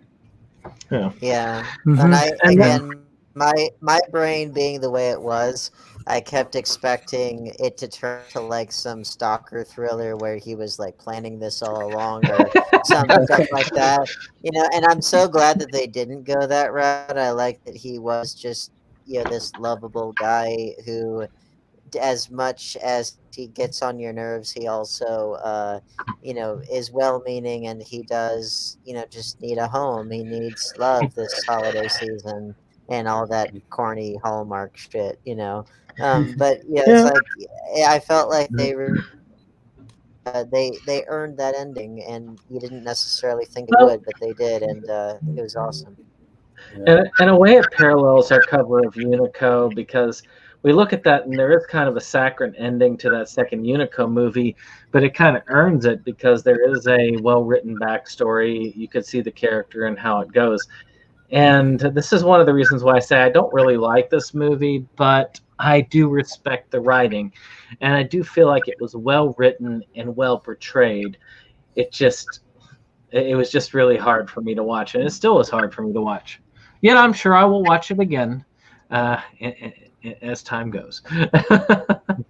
It is. I do always find it. I don't mean this as a put down, so don't take it as that. But I do find it always interesting, the things that kind of set people off about movies or about this or that. Where are people's lines? And everybody's is different. Well, and I've found yours particularly interesting. And I'm sure I have mine too. But I've it's hard. tried. Yeah, exactly. I've definitely tried to reduce the amount of things that can, get under my skin or set me off or whatever, and I just try to try to appreciate the movie based on what it's trying to be and how well does it hold up as a piece of writing. Do the characters arc appropriately? Is the conflict set up well? Do the actors, portray their characters well? All that stuff. I do try to do that, but occasionally there will still be things that, in spite of everything, do kind of get under my skin in a way that they perhaps shouldn't. So I do find that interesting. Kind of where does that fall with certain people? Well, that's the thing is art is in its very nature a very personal experience. Yeah. And that's why I love about art. I think I posted something on Facebook a while back is that there is no such thing as bad media. It's just how you interpret it personally. And again, any media out there, there is no such thing as a bad film. I guarantee you that even the worst film out there has one person that's their favorite film in the world. But that's the beauty of it, that you can love a piece of media, or you can identify with it, or you can hate it. And but that's the thing is, and I have no dislike of putting a personal side to it, because that personal side can also boost a piece of media beyond its basic bare bones, its writing, its acting. But I can also understand something that's well written, well acted, and respected for that. But it's a very different. Liking and respecting are two different things, as I say. That's true. There's no harm in not liking something, because again, if you don't like something and you say you do, then you're not respecting yourself at the end of the day. Well, and there is a difference between saying, that objective, or like I can understand why people might, why a certain kind of person would like this, or why this demographic would like it, or whatever. But it's just not for me, or there's something about this or that gets under my skin. But it's just, when people try to apply their subjective reactions to things in such a way that's meant to objectively apply to the art, saying that it's bad because it upset me, and so therefore it has no redeeming value. It's like, well, that you're projecting your own biases onto the art that it doesn't deserve it. Well, look at a good example. Recent outrage with Kevin Smith's He-Man, or actually Masters of the Universe, because of different things. And of course, this kind of thing makes me more eager to watch it than not, because I'm like, okay, what are these people upset about now? It's not like but again, it's not to me. I want to find out for myself. Do I like it? Do I dislike it? But will I fault somebody else for liking it? No. Why should I fault somebody else for liking something I don't like? And I think that's something that as we get older, we figure out, like, later on. It's like, just because we don't like something doesn't mean that it's not good. It just means that we don't like something.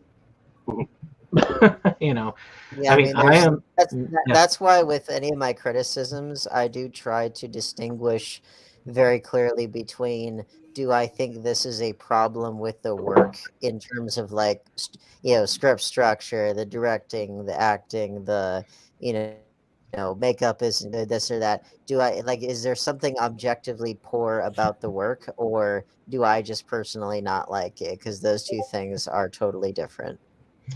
Final thoughts, just out of curiosity for people, because I know I've gone on longer than I should for this movie, and I do apologize for that. But how about you, Randy? Any final thoughts before I go to the other people? Any final thoughts on this movie before we move on to other things? So this movie is obviously a John Hughes classic, definitely one of John Candy's top three. It is a little dated in the technology sense, and it's sad but true, but it probably will be remade in the next couple of years. I heard it was being remade with Will Smith and Martin Lawrence. Oh, God. No, Will Smith and Kevin Conner. What is it, Bad Boys 4? Yeah. Yeah, they go on vacation together. That's horrific. So that's exactly my point. But it really is a great movie. If you're a John Hughes fan, check it out. If you're a John Candy fan, definitely check it out. I'd say this is my favorite of his performances. Again, it has heart, it has humor. It's pretty much a total package in terms of a movie. I think they could have cut out the Edie McClurg scene just so that kids can enjoy it. But of course, when it's on cable, they edit it out. Nevertheless, it is a great film. It's paced well. It's well written. It's well acted. And it's basically it's a road comedy with heart. And yeah, I love it. It's one of my all-time favorite comedies. Any other final thoughts on this before we move on to technical stuff? So the technology, yeah. Before we get to that, anybody else have anything though? Sorry. Real quick with our, especially you, Dave, because you didn't get to join for most of it. So I wanted to give opportunities. If there's anything else about the plot or characters that any of y'all wanted to talk about before we moved on. As far as anything goes, there were several moments of comedy for me that are memorable in this film, and I do kind of like that ending bro moment, you know. But it's a film that's kind of grown on me over time. The more time I watch it, the more times I find something funny with it. So. Indeed. It's hard for me to enjoy Steve Martin's comedy, and I don't know why. Maybe it's just too dry for me. But when it's put together with John Candy, it's a different story, and it unravels itself as time goes on. And I do like the whole fact how you know, at one moment, like, all the flights canceled. I've had that happen to me. We were, my family and I were, we were stuck on our way back from Australia one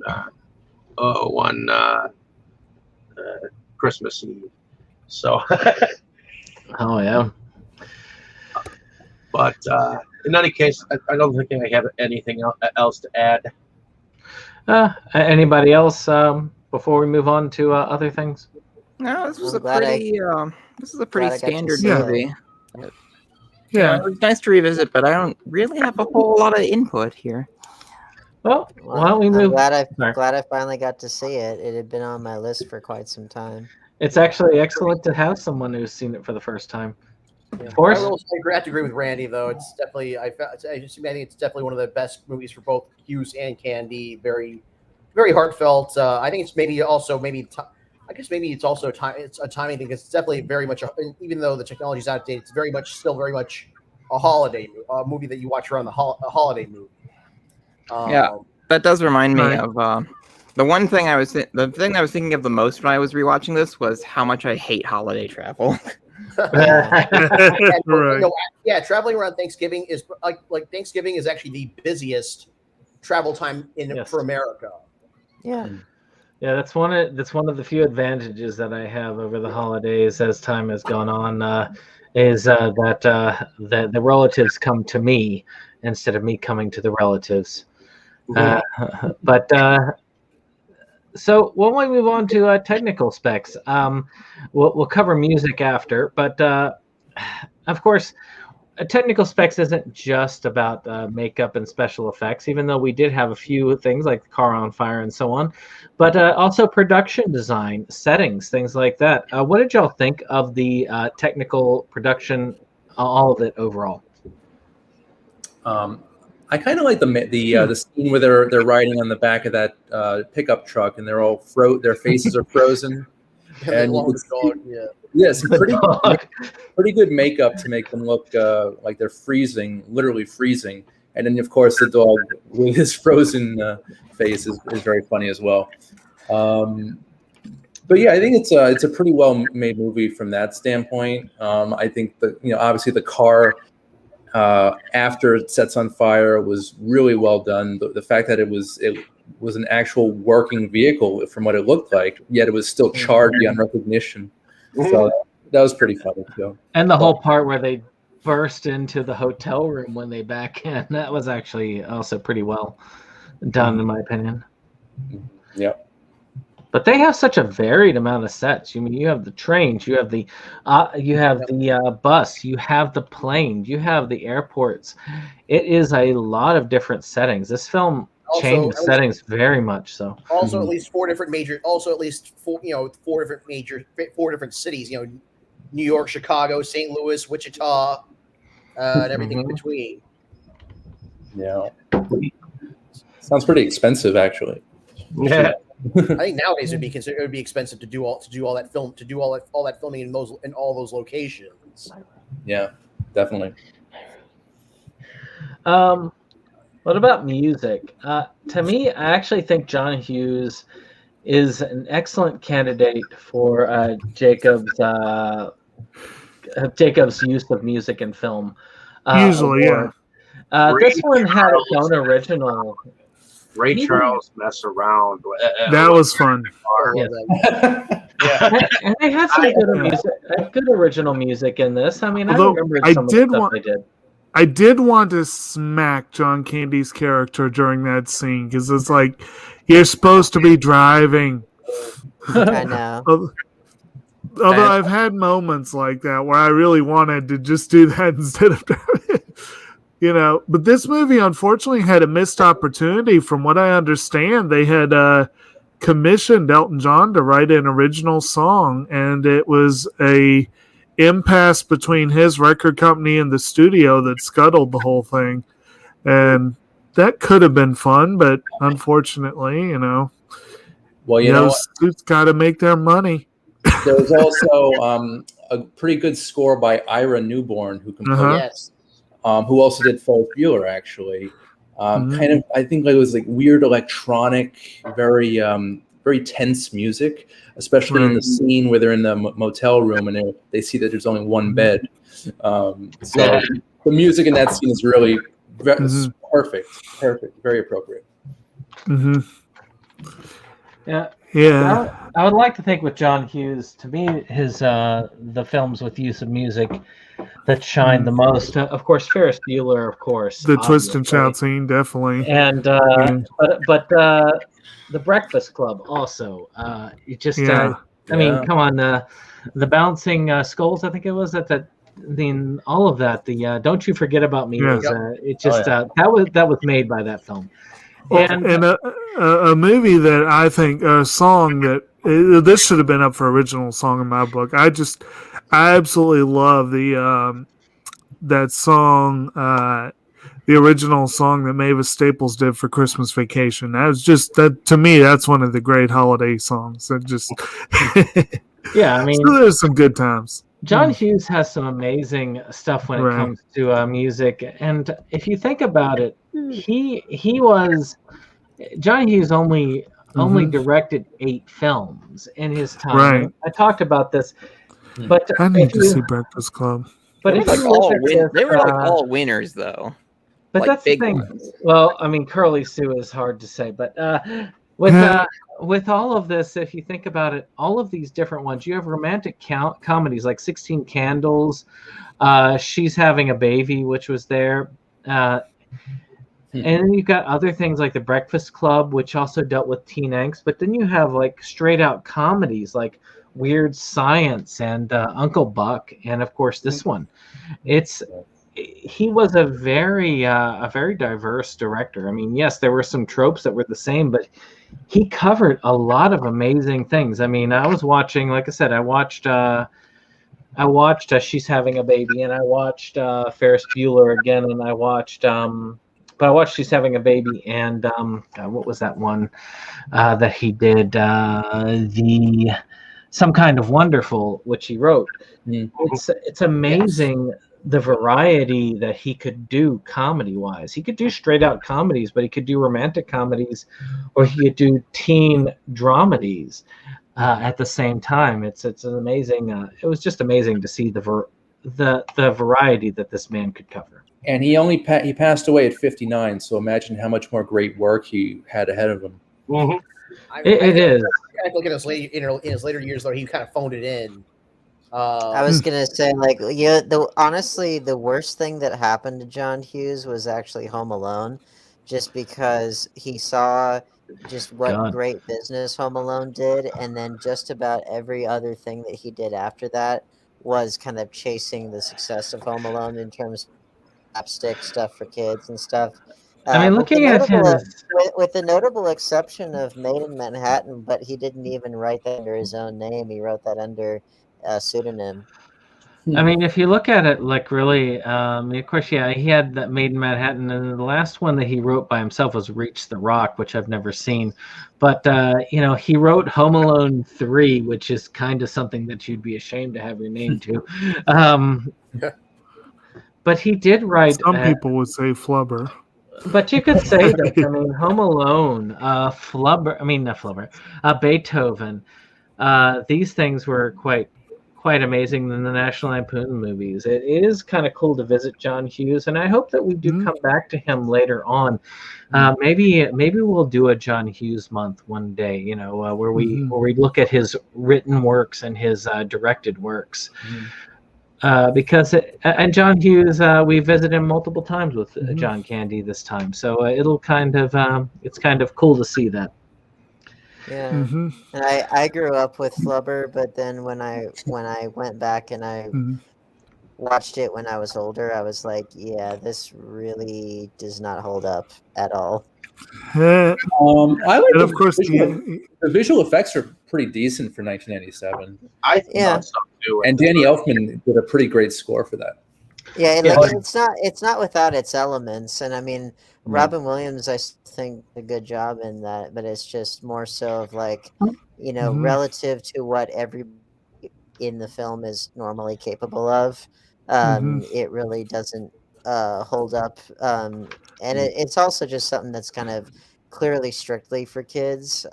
There's not a whole lot else that like an older person could get into, but then again, when I saw it, I remember seeing it in the theater, and I was 5 years old, and it was like, well, it was perfect for me at the time. So, well, let's go ahead into favorites then. So why don't we start with you, Dane? What was your favorite scene in the movie? My favorite scene in the movie was where the car is burning, and they just have that mad realization of just the unbelievableness of their situation, and they just have to laugh at it, because I think it perfectly captures that reaction that you have when you've gone past the point of outrage, past the point of it's kind of like the stages of grief, but more so of like the stages of frustration and anger and madness, and it's like you're past the point of ripping your hair out, and all you've got left is laughter at that point. Laughter at the ridiculousness and the comedy of errors of your situation, and I feel like they captured that very well. All right, how about you, Jake? What's your favorite scene? Well, I do think probably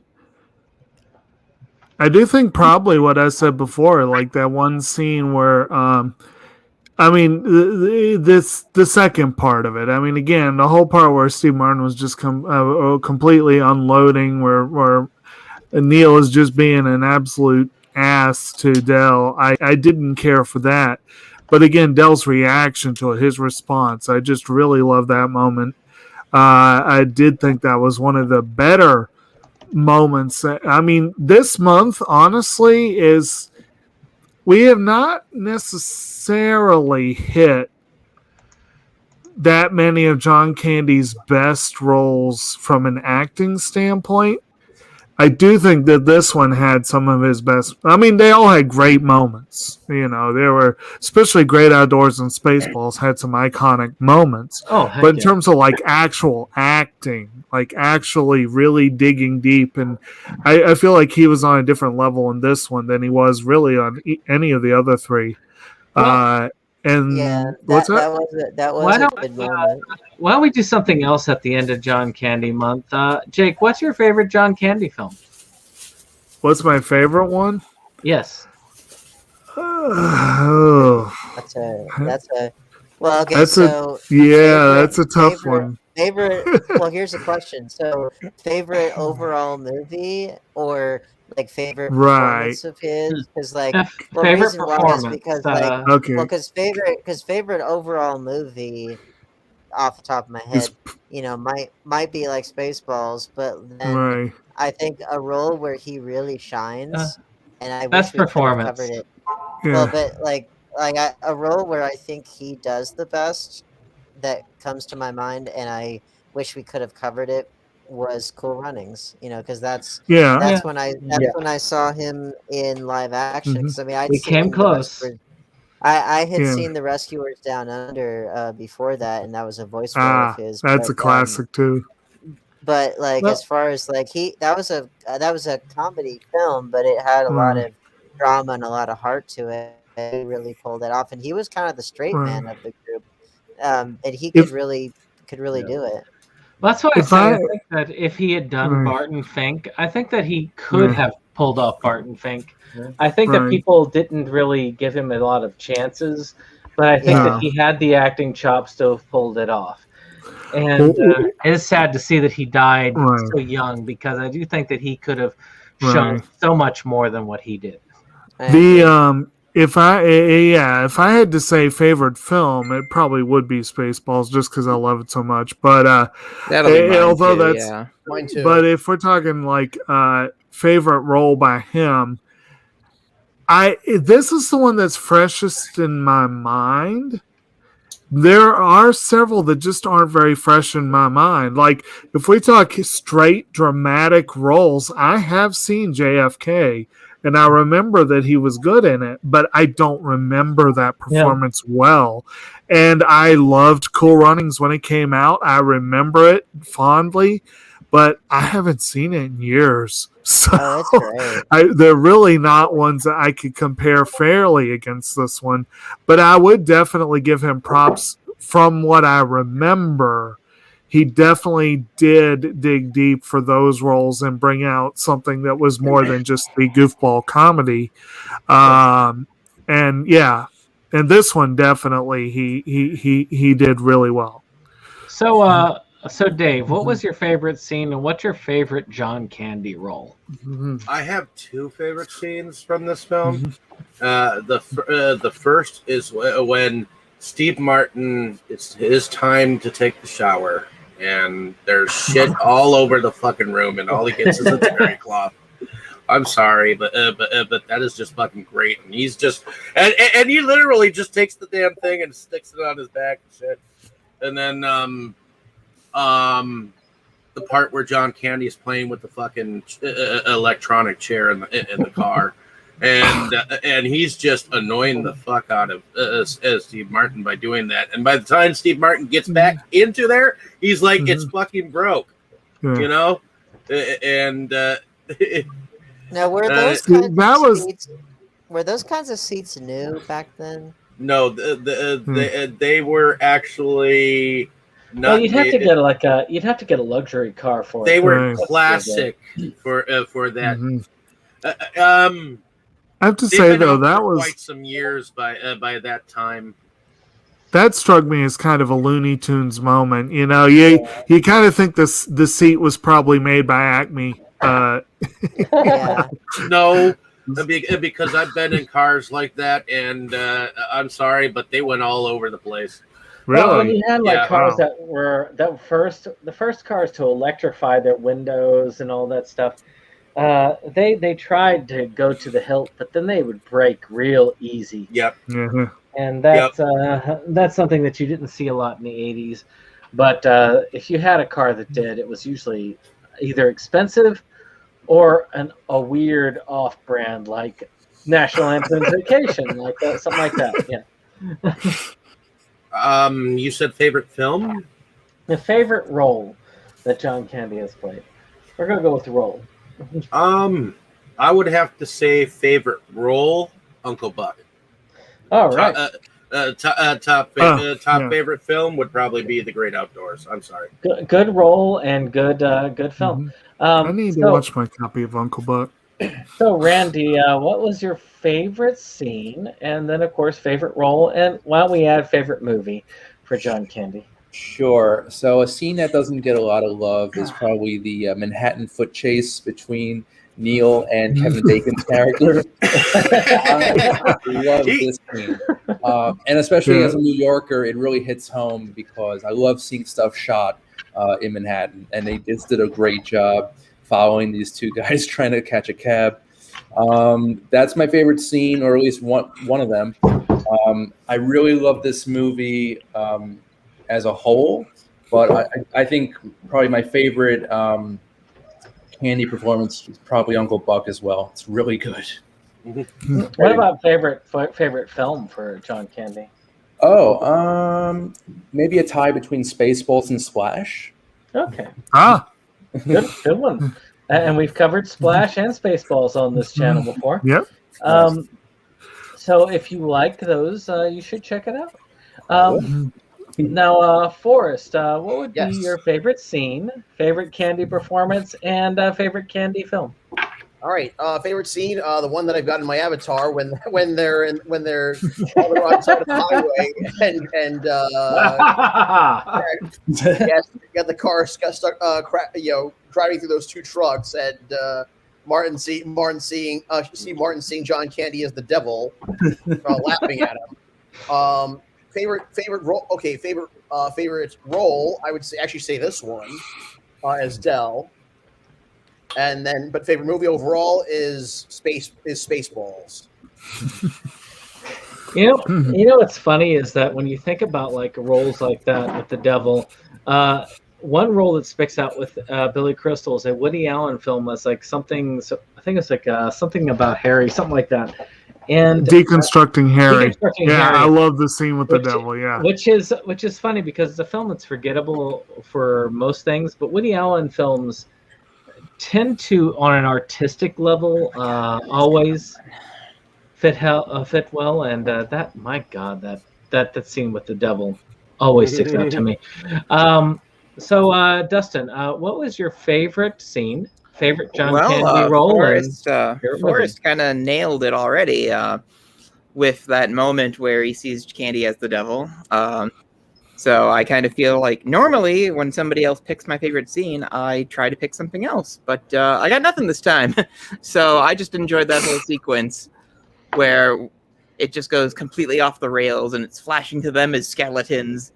And like the sparks are flying as they're grinding between the trucks, and John Candy, it's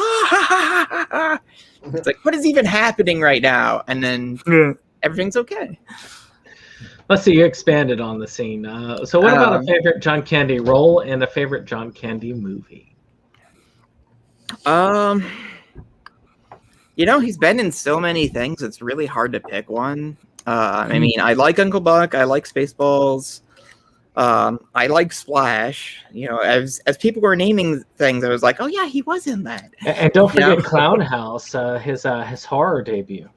He was in Clown House. No, he was actually in the Clown Murders. Sorry, Clown Murders. Clown Murders. Okay, because I have not seen. That's in Clown House. Yeah, that's a whole. It's been a whole long other time thing. Yeah. I might want to be careful with the title on that one. I think he was also one of his earlier roles was it seemed like a good idea at the time. He was barely in that one. So they billed him in that because they felt like they could sell it. For some reason, I'm remembering this cartoon he was in called Camp Candy, where he was like a camp counselor or something. Yeah, I love that. I remember I liked that. That was a great one as a kid. Yes. I could not remember any details about it, but I remember I liked it. I used to watch before school as a kid.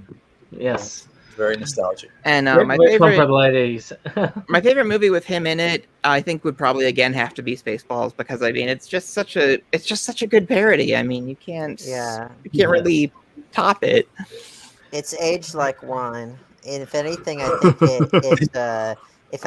it's better now than it was even at the time. Definitely. Sure.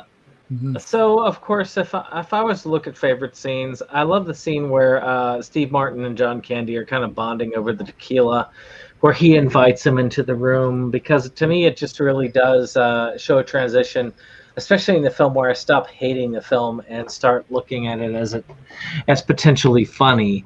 On the on the other end, let's say we look at John Candy's roles. My favorite role was actually him in Delirious. I don't know why, Oh. but that role always sticks out to me, where he is that soap opera writer and he does some fun things. I don't know. It just sticks out to me as a role. And as far as films, Great Outdoors, because Great Outdoors is a childhood classic to me, as you all probably would have known if you watch our Great Outdoors, our Great Outdoors discussion, which I also lead, and hopefully in a better fashion than I did tonight. You know, another film of his that doesn't get enough love was Brewster's Millions. That was a fun one. Or Who's Harry Crumb? Who's Harry Crumb? Yes. Crumb was a good one. Yeah. Nothing But Trouble was another one. Right. I love Nothing But Trouble. Everybody hates on that film. I didn't like it. Everybody hates on that film. Yeah. But you should do it. You just look at John Candy's IMDb page. Go through it and look, because there are some fun films that you may not have looked at. Mm-hmm. And I want to throw heavy metal in there. Yes, heavy metal. Or Armed and Dangerous. I like this segment in heavy metal. Summer Rental also, I think, was pretty deep. Was a pretty underrated flick. That's the thing, is he was in a lot, and it is too bad. He was taken way too soon from us. I am kind of sad. Wagons East, I don't hate on it like some people do. It was actually it was okay as a comedy, but And I didn't get to be on there for Canadian Bacon, but I really like Canadian Bacon. Yeah, I would say Canadian Bacon. It's not a great movie, but it's still very fun. Still very fun. It's still has a lot of fun moments. Yeah. Well, with that being said, of course, we are, I guess, done with our candy month. We do have some fun stuff up, but I'll talk about that in a moment. But we're going to go do some outros. So why don't we go with Dane first? Why don't you go ahead and tell us a little bit about yourself and what we can find you? Well, I am Dane Kyle, independent filmmaker out of Charlotte, North Carolina. On this channel, also on No Money Film School YouTube channel, also on Indie Horror Film Creative, where I've done a show called Blu-ray Views, where I unbox Blu-rays that I've gotten in the mail. I haven't done that in a while. I am planning on hopefully kind of overhauling the way I do things. But I do have another special announcement. So there's a documentary called Movie Hoarders, VHS to DVD and Beyond, which I am in. I'm in the second half of it, and you can find it on Amazon. My copy came in the mail the other day, so you get to see me talk about my collection as it existed back when I shot it, which would have been like about a year ago. And I hadn't shaved, I hadn't cut my hair. I was in between jobs. It was in the middle of the pandemic. I was nursing a broken heart. I was not in a good place at the time, and I look back on it and I'm like, geez, I really have come a long way. But yeah, the DVD is out there. It's called, again, Movie Hoarders, VHS to DVD and Beyond, and it's a documentary that you can pick up on Amazon right now, so please do so. It is a fun documentary. As a matter of fact, I was surprised when I saw Dane on it, because I didn't hear anything from him about it, and I was like, oh wow, is that Dane? Oh, yeah, wow. And there's a reason why you don't remember me saying anything, because I didn't say anything, because quite frankly, I'd forgotten that I'd submitted something for it, and so that I was like, oh yeah, I did do that, didn't I? And with luck, we will be working on something else in that vein in the future. Hey, I want to go next. Go ahead. So I'm Dustin, the Crypt of Horror. I run a YouTube channel called The Crypt of Horrors. I'm a horror collector living here in Milwaukee, and I show off my pickups on my YouTube channel and my Instagram, also The Crypt of Horrors. I haven't been able to shoot a video for a while due to just life stuff and poor health. But I've still been picking up stuff here and there, and so I've got an awful lot of content I can make as soon as I feel up to it. So I guess just keep watching the channel for that. You can also find me on Twitter at DerCryptaxis, DER Cryptaxis. And yeah, and with that, I gotta go. Bye, guys. Yeah. All right. And Catch you later. if you like the Crypt of Horrors, you should check out his video because he did do his February pickups recently. Yeah. And it was a fun video. I watched the whole thing and it was great. I did enjoy it. Yeah, it's sort of funny. Like, I double-checked my channel, and apparently I just never had that video go live. Like, I just forgot to click unprivate. Well, So- it was great to see it, and I do enjoy your content, and I'm glad that we got to see it. Well, hopefully there'll be more. So, bye, guys. Bye. Take care. Bye. So, Jake, why don't you tell us a little bit about yourself? Okay, I'm Kotobukijake. I am the co-host of SeptumSin versus the World, where we talk about physical media of many shapes and sizes and forms and what have you. And we are currently gearing up for our first annual movie awards. We got the nominations together. We have an interesting slate, a very interesting slate. We've filmed our first discussion of 84 nominated films. We talked about the first 21. So that'll be coming out, tomorrow, I guess? Ish? Yeah. Something like Thursday. that. Thursday, okay. So look forward to that.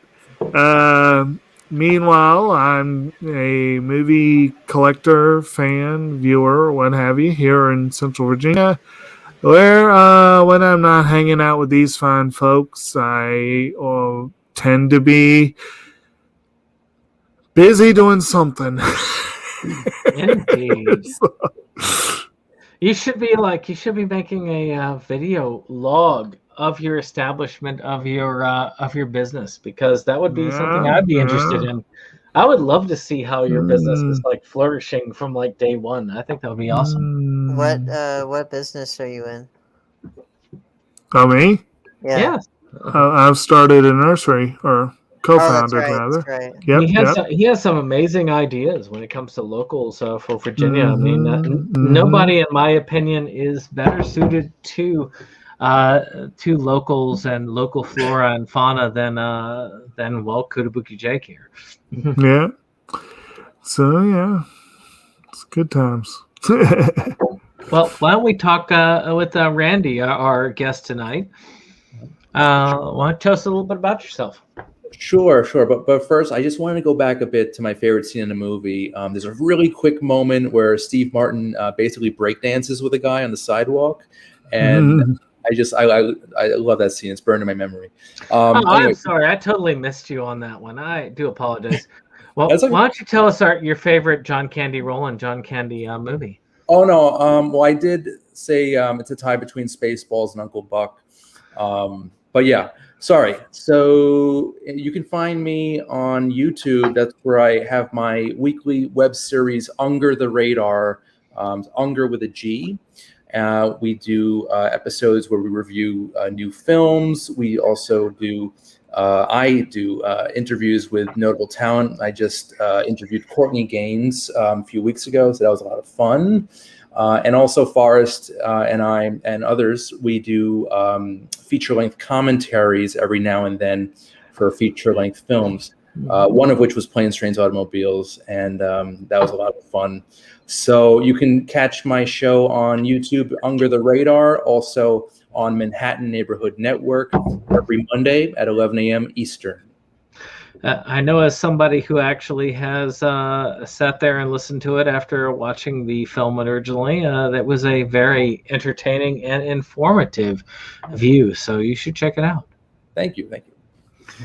So Forrest, tell us a little bit about yourself. All right, I'm Forrest Bennett, independent film producer from Long Island, New York. Also, I also currently working on have a few projects that I'm working on at the moment. Also, I appear on a podcast called Script Club. It's more of a vlogcast called Script Club on a channel called Evil Greg. where me and several trauma alum do dramatic table readings of me and a few trauma alumni do dramatic table readings of unproduced movie scripts. You can also find me on occasionally you can sometimes find me on Under the Radar. Joining Randy for movie reviews and commentaries. Yep.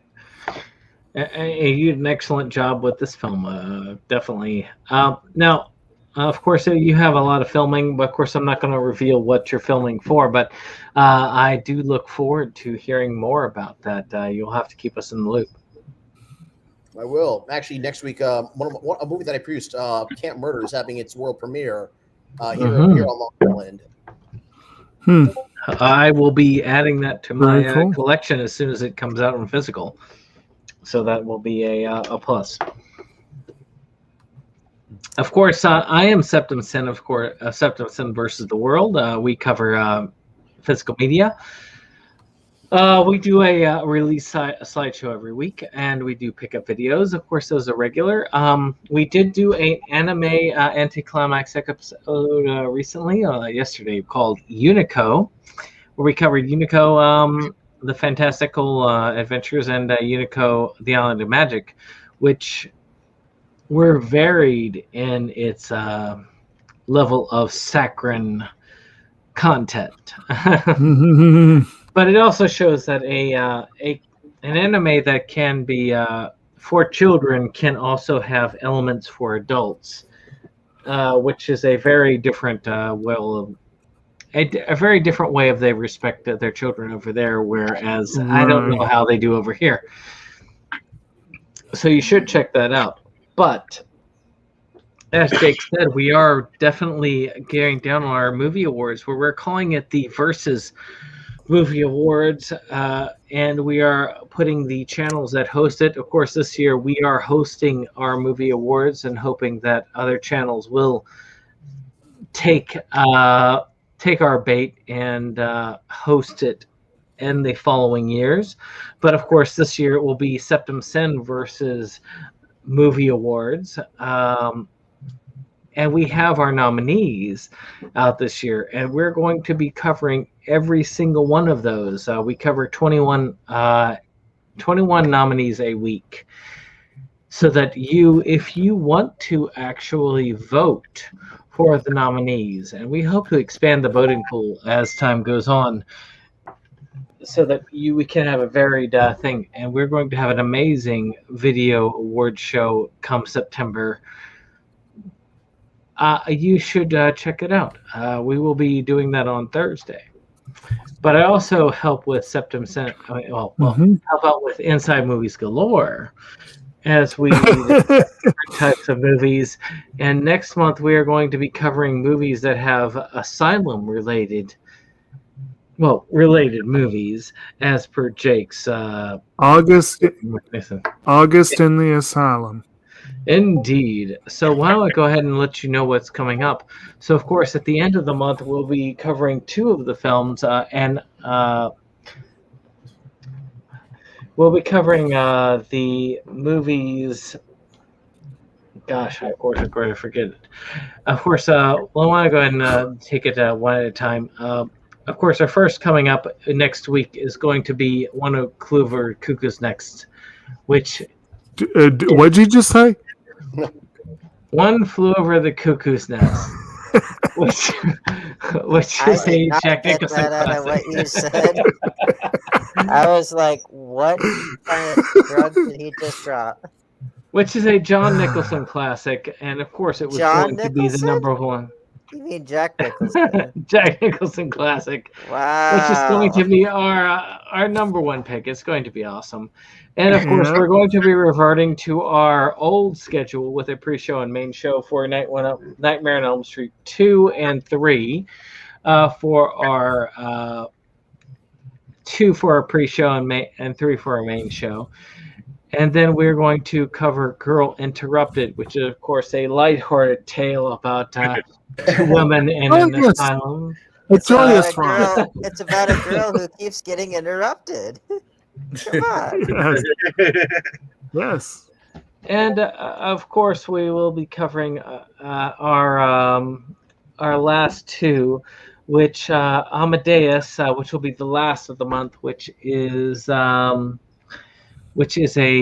tale of an individual that is an amazing talent that sanity has left him, and of course, our other one for that month, which will also cover similar subjects. It's about Mozart and Salieri. Yes, exactly. And it's one of the best movies ever made. So with that being said, we have. Did you say the title? I didn't catch it. Amadeus. Of the other one. Let's see here, which is funny because I forget with mine. Go ahead. If you know what this, go ahead and say that. Wasn't the other one like your favorite movie? There you go. Yes, which is, in my opinion, Russell Crowe's best film, as far as acting is concerned. Did you say Russell Crowe? Russell Crowe, yes. Here we come, whistling. Kill the rabbit. To me, I actually think that his Oscar win for Gladiator, flying around the world. I do really feel like his Oscar win for Gladiator was more for A Beautiful Mind, but you'll hear my opinion about that more. You mean they knew what he was going to do the next year? Yeah, well. Well, I think it was partly. It was like he is one of those weird people. I had 3 in a row, and Gladiator was the middle one, but the first one was The Insider, which I do think is a solid performance. So he probably. Don't forget about LA Confidential. He was incredible in that. And that's the thing is, Russell Crowe was overrated in many of the. Russell Crowe has been kind of thrown into the fighting around the world type characters, but he does have the ability to act, and it is an amazing thing. So you'll have a lot to look forward to. But of course, next week will be One Flew Over the Cuckoo's Nest with Jack Nicholson. Russell Crowe, who's gonna get that weapon. Oh man! But we'll hand it over to Dave to finish us out. All right. Yeah, I'm sorry I missed the first half at least. This guys, I was just tired. But in any case, my name is David Straggy. I am one of the founding fathers of Inside Movies Galore. So those of you who have joined us on our amazing film journey, Randy, thanks for coming. Sorry I missed some of your discussion. Would love to hear it. Yes. In any case, thanks for coming back. It's always a pleasure to have anyone join us. So, I enjoy every single film, bad, good, whatever that we talk about, because we have a good crew here. So, thank you, the rest of you, for continuing this journey. And I also moonlight under a different channel called Delusions of Grandeur, which my job has kidnapped me from doing anything on the channel for the last couple of weeks. But I plan on doing some stuff now that I have some time, and hopefully get some content out there, because I love talking about films in my own point of view. And I also do video pickups on the channel, so my own stuff, and I've also done interviews with people myself. So check out some of those on the channel. Nothing lately, but hopefully I can get back into the rhythm of things once chaos settles down. But in any case, I don't think the chaos is going to settle down, since Jake's forcing me to go insane this next week. I guess I'll need to find my crazy pills or something like that. But in any case, Thank you for listening. Have a great day, evening, morning, wherever you are. Thank you for listening. Like, share, and subscribe, and have a nice day wherever you are. Enjoy. Take All care. right. all. Night, everyone. Bye.